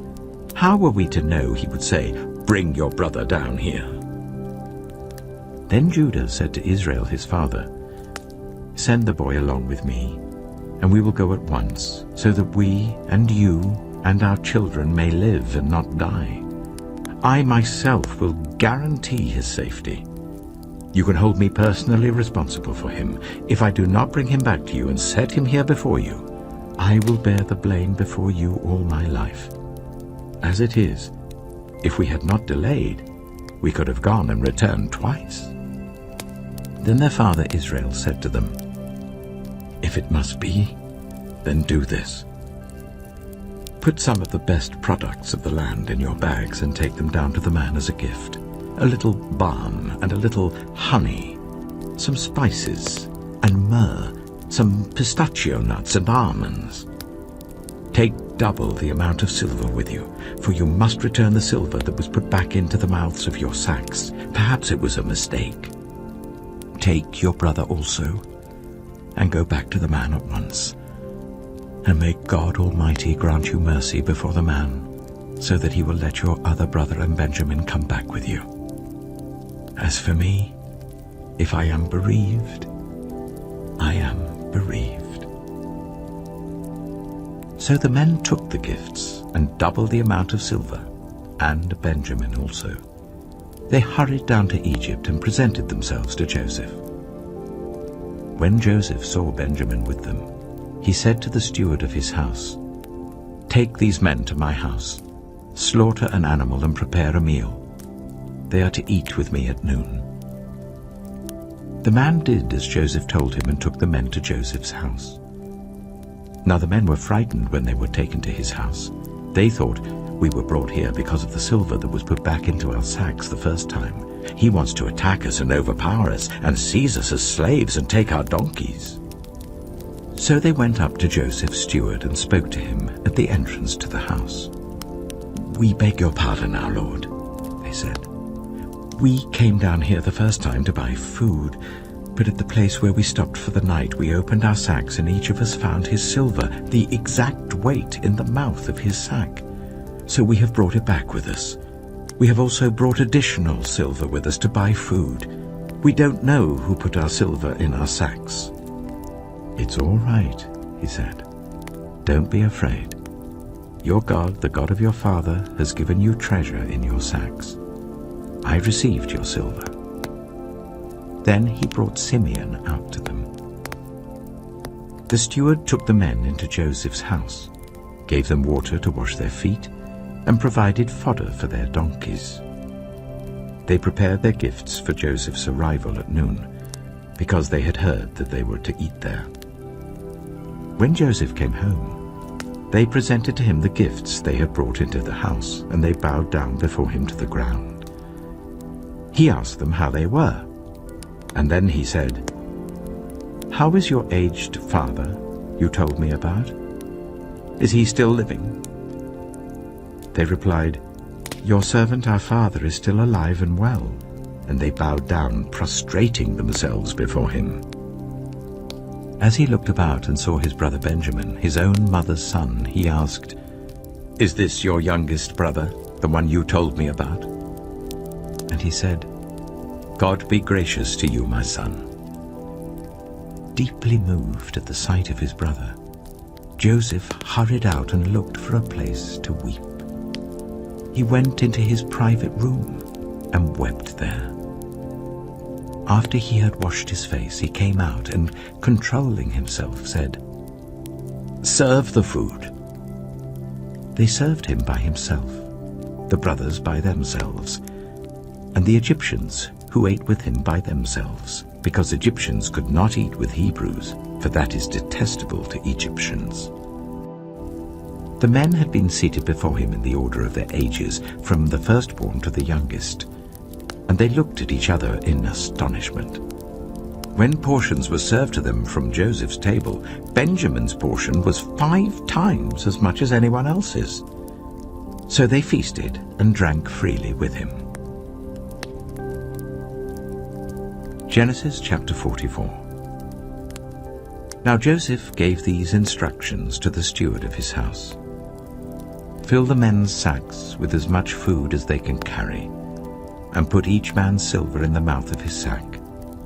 Then put my cup, the silver one, in the mouth of the youngest one's sack, along with the silver for his grain." And he did as Joseph said. As morning dawned, the men were sent on their way with their donkeys. They had not gone far from the city when Joseph said to his steward, "Go after those men at once, and when you catch up with them, say to them, 'Why have you repaid good with evil? Isn't this the cup my master drinks from, and also uses for divination? This is a wicked thing you have done.'" When he caught up with them, he repeated these words to them. But they said to him, "Why does my lord say such things? Far be it from your servants to do anything like that. We even brought back to you from the land of Canaan the silver we found inside the mouths of our sacks. So why would we steal silver or gold from your master's house? If any of your servants is found to have it, he will die, and the rest of us will become my lord's slaves." "Very well then," he said, "let it be as you say. Whoever is found to have it will become my slave. The rest of you will be free from blame." Each of them quickly lowered his sack to the ground and opened it. Then the steward proceeded to search, beginning with the oldest and ending with the youngest. And the cup was found in Benjamin's sack. At this they tore their clothes. Then they all loaded their donkeys and returned to the city. Joseph was still in the house when Judah and his brothers came in, and they threw themselves to the ground before him. Joseph said to them, "What is this you have done? Don't you know that a man like me can find things out by divination?" "What can we say to my lord?" Judah replied. "What can we say? How can we prove our innocence? God has uncovered your servant's guilt. We are now my lord's slaves, we ourselves and the one who was found to have the cup."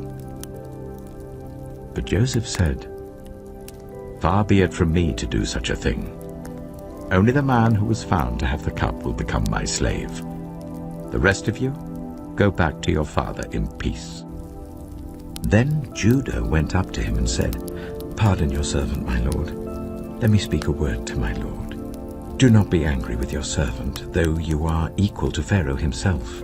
My lord asked his servants, 'Do you have a father or a brother?' And we answered, 'We have an aged father, and there is a young son born to him in his old age. His brother is dead, and he is the only one of his mother's sons left, and his father loves him.' Then you said to your servants, 'Bring him down to me so I can see him for myself.' And we said to my lord, 'The boy cannot leave his father. If he leaves him, his father will die.' But you told your servants, 'Unless your youngest brother comes down with you, you will not see my face again.' When we went back to your servant, my father, we told him what my lord had said. Then our father said, "Go back and buy a little more food." But we said, "We cannot go down. Only if our youngest brother is with us will we go. We cannot see the man's face unless our youngest brother is with us." Your servant, my father, said to us, "You know that my wife bore me 2 sons. One of them went away from me, and I said, 'He has surely been torn to pieces,' and I have not seen him since. If you take this one from me too, and harm comes to him, you will bring my grey head down to the grave in misery. So now, if the boy is not with us, when I go back to your servant my father, and if my father, whose life is closely bound up with the boy's life, sees that the boy isn't there, he will die. Your servants will bring the grey head of our father down to the grave in sorrow. Your servant guaranteed the boy's safety to my father. I said, 'If I do not bring him back to you, I will bear the blame before you, my father, all my life.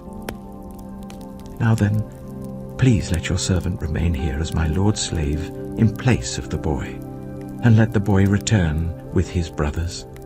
How can I go back to my father if the boy is not with me?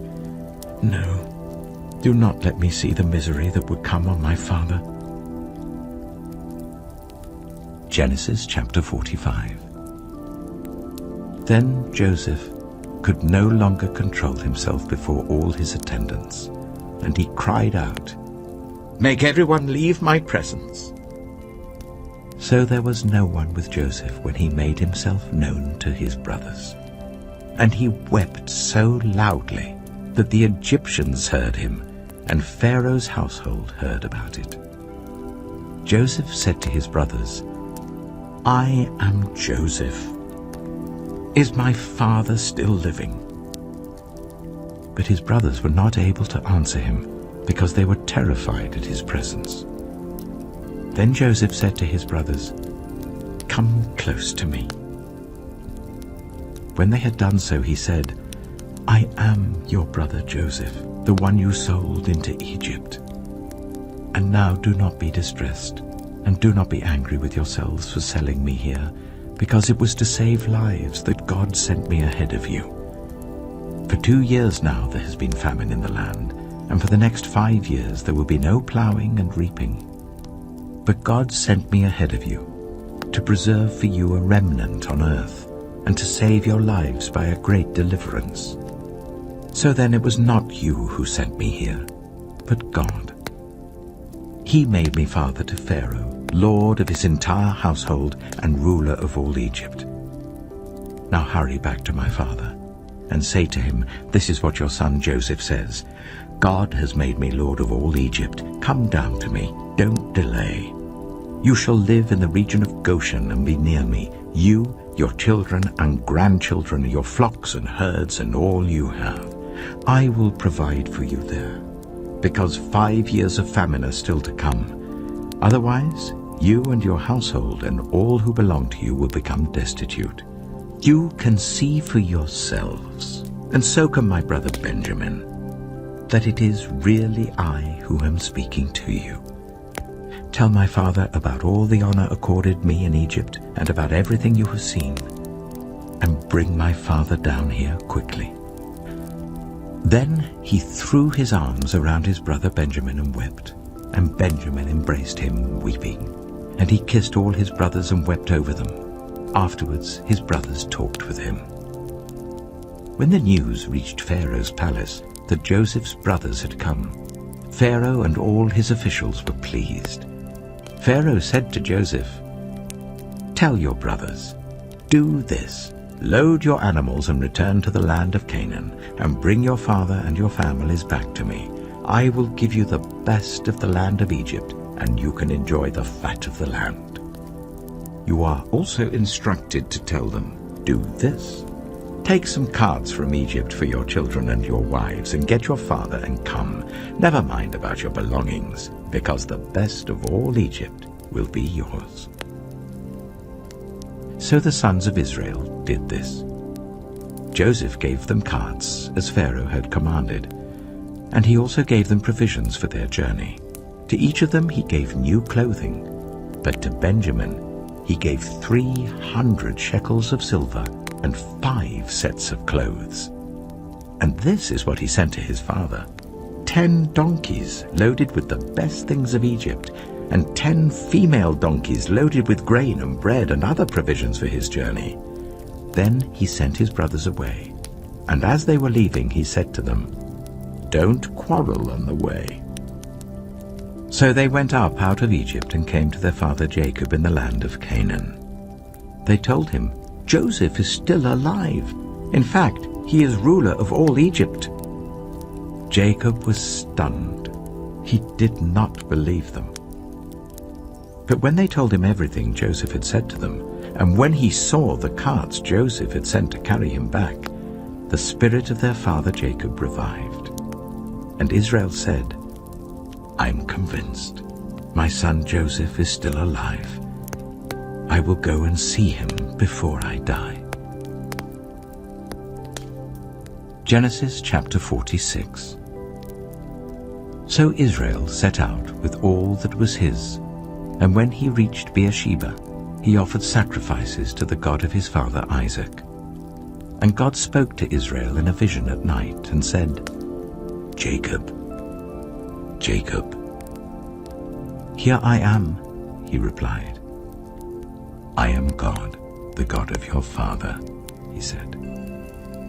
"Do not be afraid to go down to Egypt, for I will make you into a great nation there. I will go down to Egypt with you, and I will surely bring you back again, and Joseph's own hand will close your eyes." Then Jacob left Beersheba, and Israel's sons took their father Jacob and their children and their wives in the carts that Pharaoh had sent to transport him. So Jacob and all his offspring went to Egypt, taking with them their livestock and the possessions they had acquired in Canaan.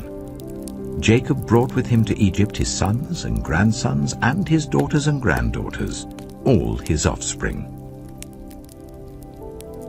These are the names of the sons of Israel, Jacob and his descendants who went to Egypt. Reuben, the firstborn of Jacob. The sons of Reuben: Hanok, Palu, Hezron, and Carmi. The sons of Simeon: Jemuel, Jamin, Ohad, Jachin, Zohar, and Shaul, the son of a Canaanite woman. The sons of Levi: Gershon, Kohath, and Merari. The sons of Judah: Onan, Shelah, Perez, and Zerah. But and Onan had died in the land of Canaan. The sons of Perez: Hezron and Hamel. The sons of Issachar: Tola, Pua, Jeshub, and Shimron. The sons of Zebulun: Sered, Elon, and Jahilel. These were the sons Leah bore to Jacob in Paddan Aram, besides his daughter Dinah. These sons and daughters of his were 33 in all. The sons of Gad: Zephon, Haggai, Shunai, Esbon, Eri, Erodai, and Arilai. The sons of Asher: Imnah, Ishva, Ishvi, and Beriah. Their sister was Sirah. The sons of Beriah: Heber and Malkiel. These were the children born to Jacob by Zilpah, whom Laban had given to his daughter Leah, 16 in all. The sons of Jacob's wife Rachel: Joseph and Benjamin. In Egypt, Manasseh and Ephraim were born to Joseph by Asenath, daughter of Potiphar, priest of On.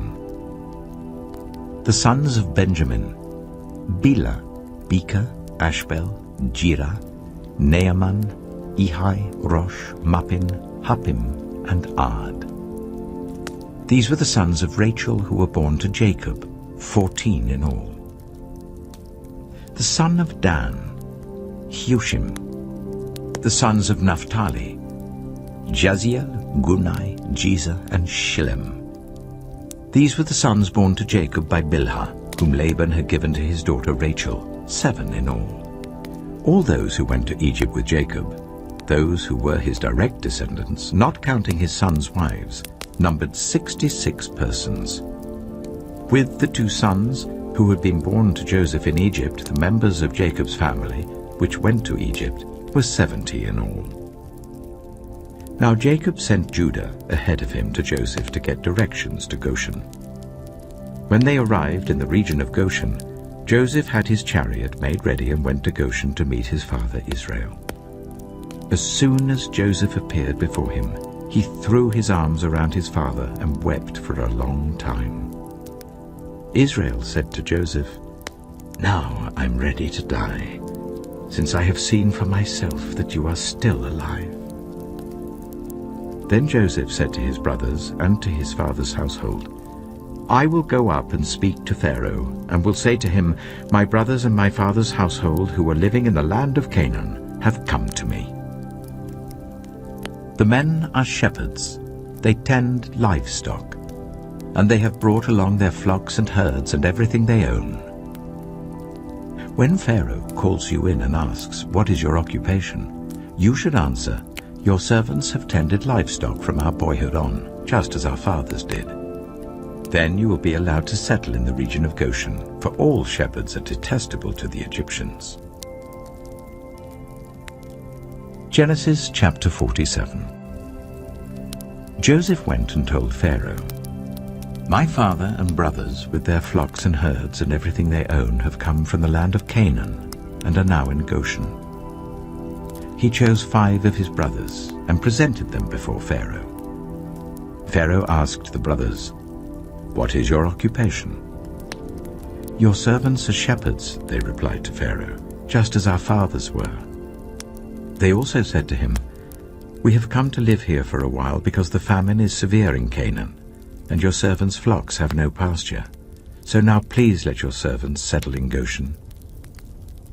Pharaoh said to Joseph, "Your father and your brothers have come to you, and the land of Egypt is before you. Settle your father and your brothers in the best part of the land. Let them live in Goshen. And if you know of any among them with special ability, put them in charge of my own livestock." Then Joseph brought his father Jacob in and presented him before Pharaoh. After Jacob blessed Pharaoh, Pharaoh asked him, "How old are you?" And Jacob said to Pharaoh, "The years of my pilgrimage are 130. My years have been few and difficult, and they do not equal the years of the pilgrimage of my fathers." Then Jacob blessed Pharaoh and went out from his presence. So Joseph settled his father and his brothers in Egypt and gave them property in the best part of the land, the district of Ramesses, as Pharaoh directed. Joseph also provided his father and his brothers and all his father's household with food according to the number of their children. There was no food, however, in the whole region because the famine was severe. Both Egypt and Canaan wasted away because of the famine. Joseph collected all the money that was to be found in Egypt and Canaan in payment for the grain that they were buying, and he brought it to Pharaoh's palace.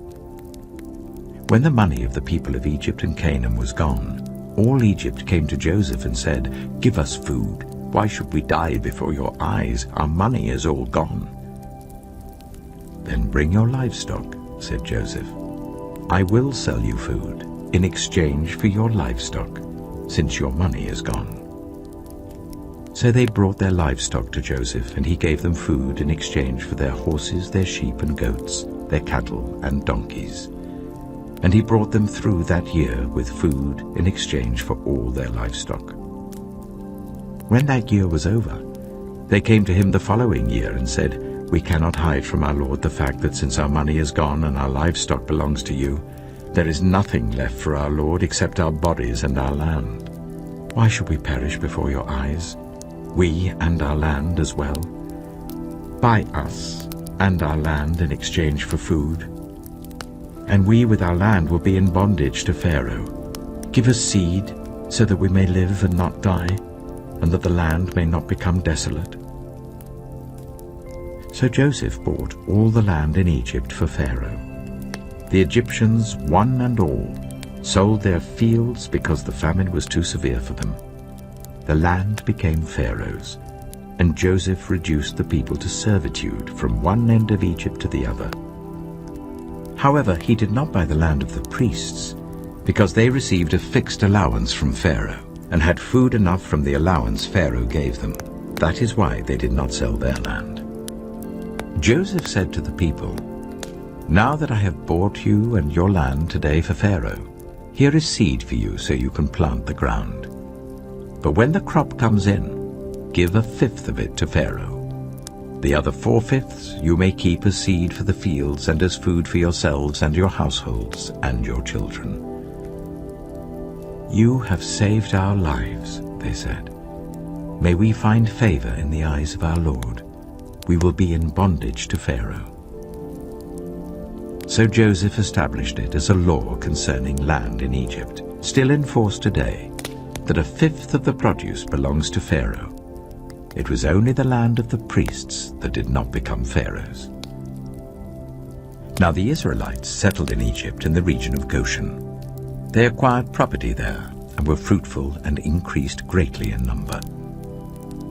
Jacob lived in Egypt 17 years, and the years of his life were 147. When the time drew near for Israel to die, he called for his son Joseph and said to him, "If I have found favor in your eyes, put your hand under my thigh and promise that you will show me kindness and faithfulness. Do not bury me in Egypt, but when I rest with my fathers, carry me out of Egypt and bury me where they are buried." "I will do as you say," he said. "Swear to me," he said. Then Joseph swore to him, and Israel worshipped as he leaned on the top of his staff. Genesis chapter 48. Sometime later Joseph was told, "Your father is ill." So he took his 2 sons, Manasseh and Ephraim, along with him. When Jacob was told, "Your son Joseph has come to you," Israel rallied his strength and sat up on the bed. Jacob said to Joseph, "God Almighty appeared to me at Luz in the land of Canaan, and there he blessed me and said to me, 'I am going to make you fruitful and increase your numbers. I will make you a community of peoples, and I will give this land as an everlasting possession to your descendants after you.' Now then, your 2 sons born to you in Egypt before I came to you here will be reckoned as mine. Ephraim and Manasseh will be mine, just as Reuben and Simeon are mine. Any children born to you after them will be yours. In the territory they inherit, they will be reckoned under the names of their brothers."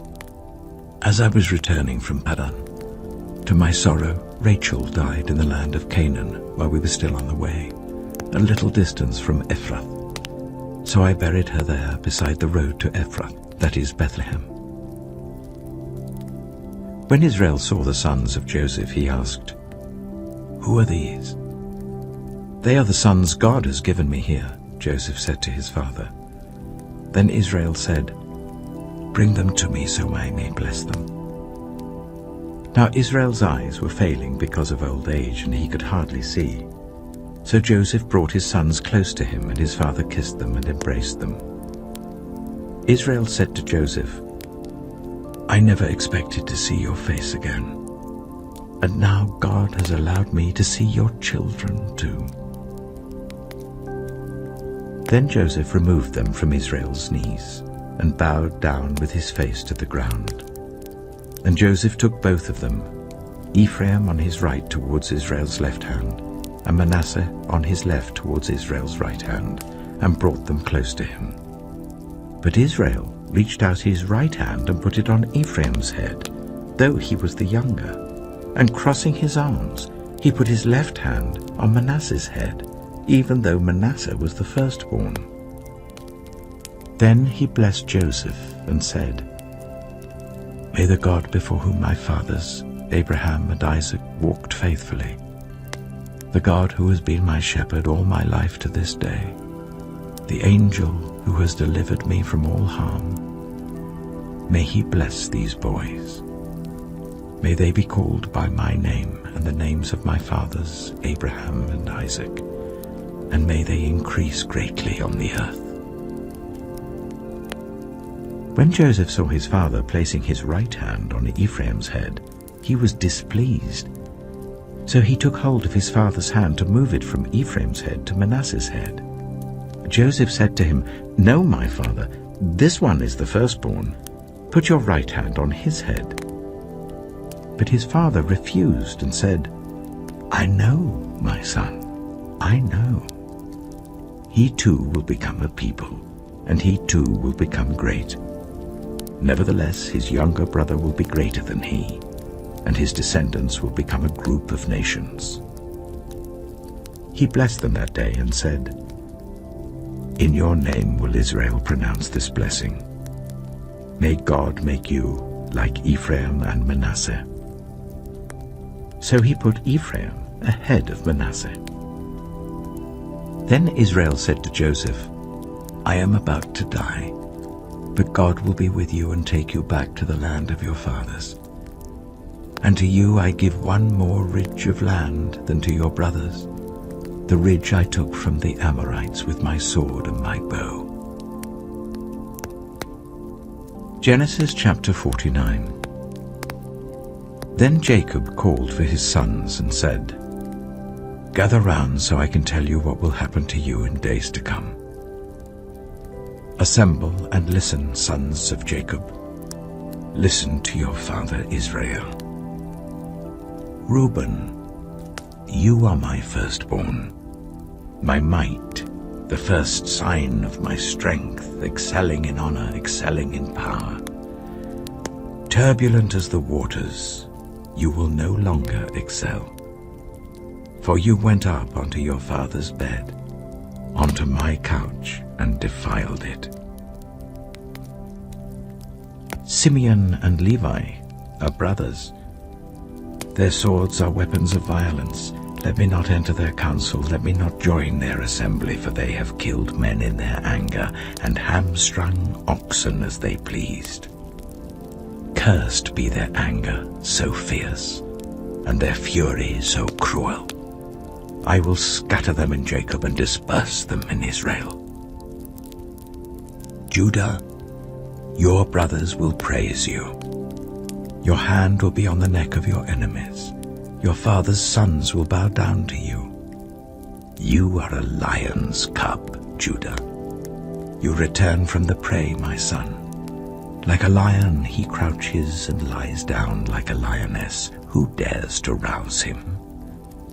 The scepter will not depart from Judah, nor the ruler's staff from between his feet, until he to whom it belongs shall come, and the obedience of the nations shall be his. He will tether his donkey to a vine, his colt to the choicest branch. He will wash his garments in wine, his robes in the blood of grapes. His eyes will be darker than wine, his teeth whiter than milk. Zebulun will live by the seashore and become a haven for ships. His border will extend toward Sidon.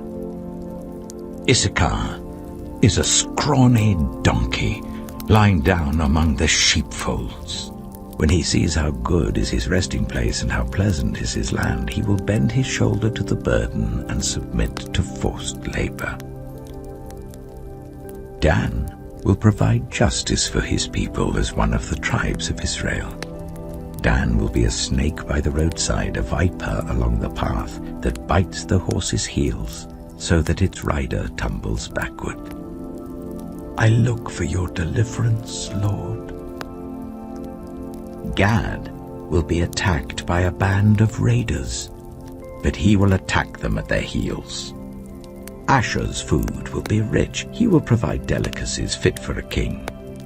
Naphtali is a doe set free that bears beautiful fawns. Joseph is a fruitful vine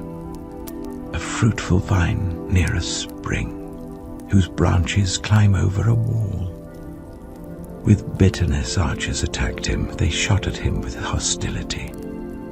But his bow remained steady, His strong arm stayed supple, because of the hand of the mighty one of Jacob, because of the shepherd, the rock of Israel, because of your father's God who helps you, because of the Almighty who blesses you with blessings of the skies above, blessings of the deep springs below, blessings of the breast and womb.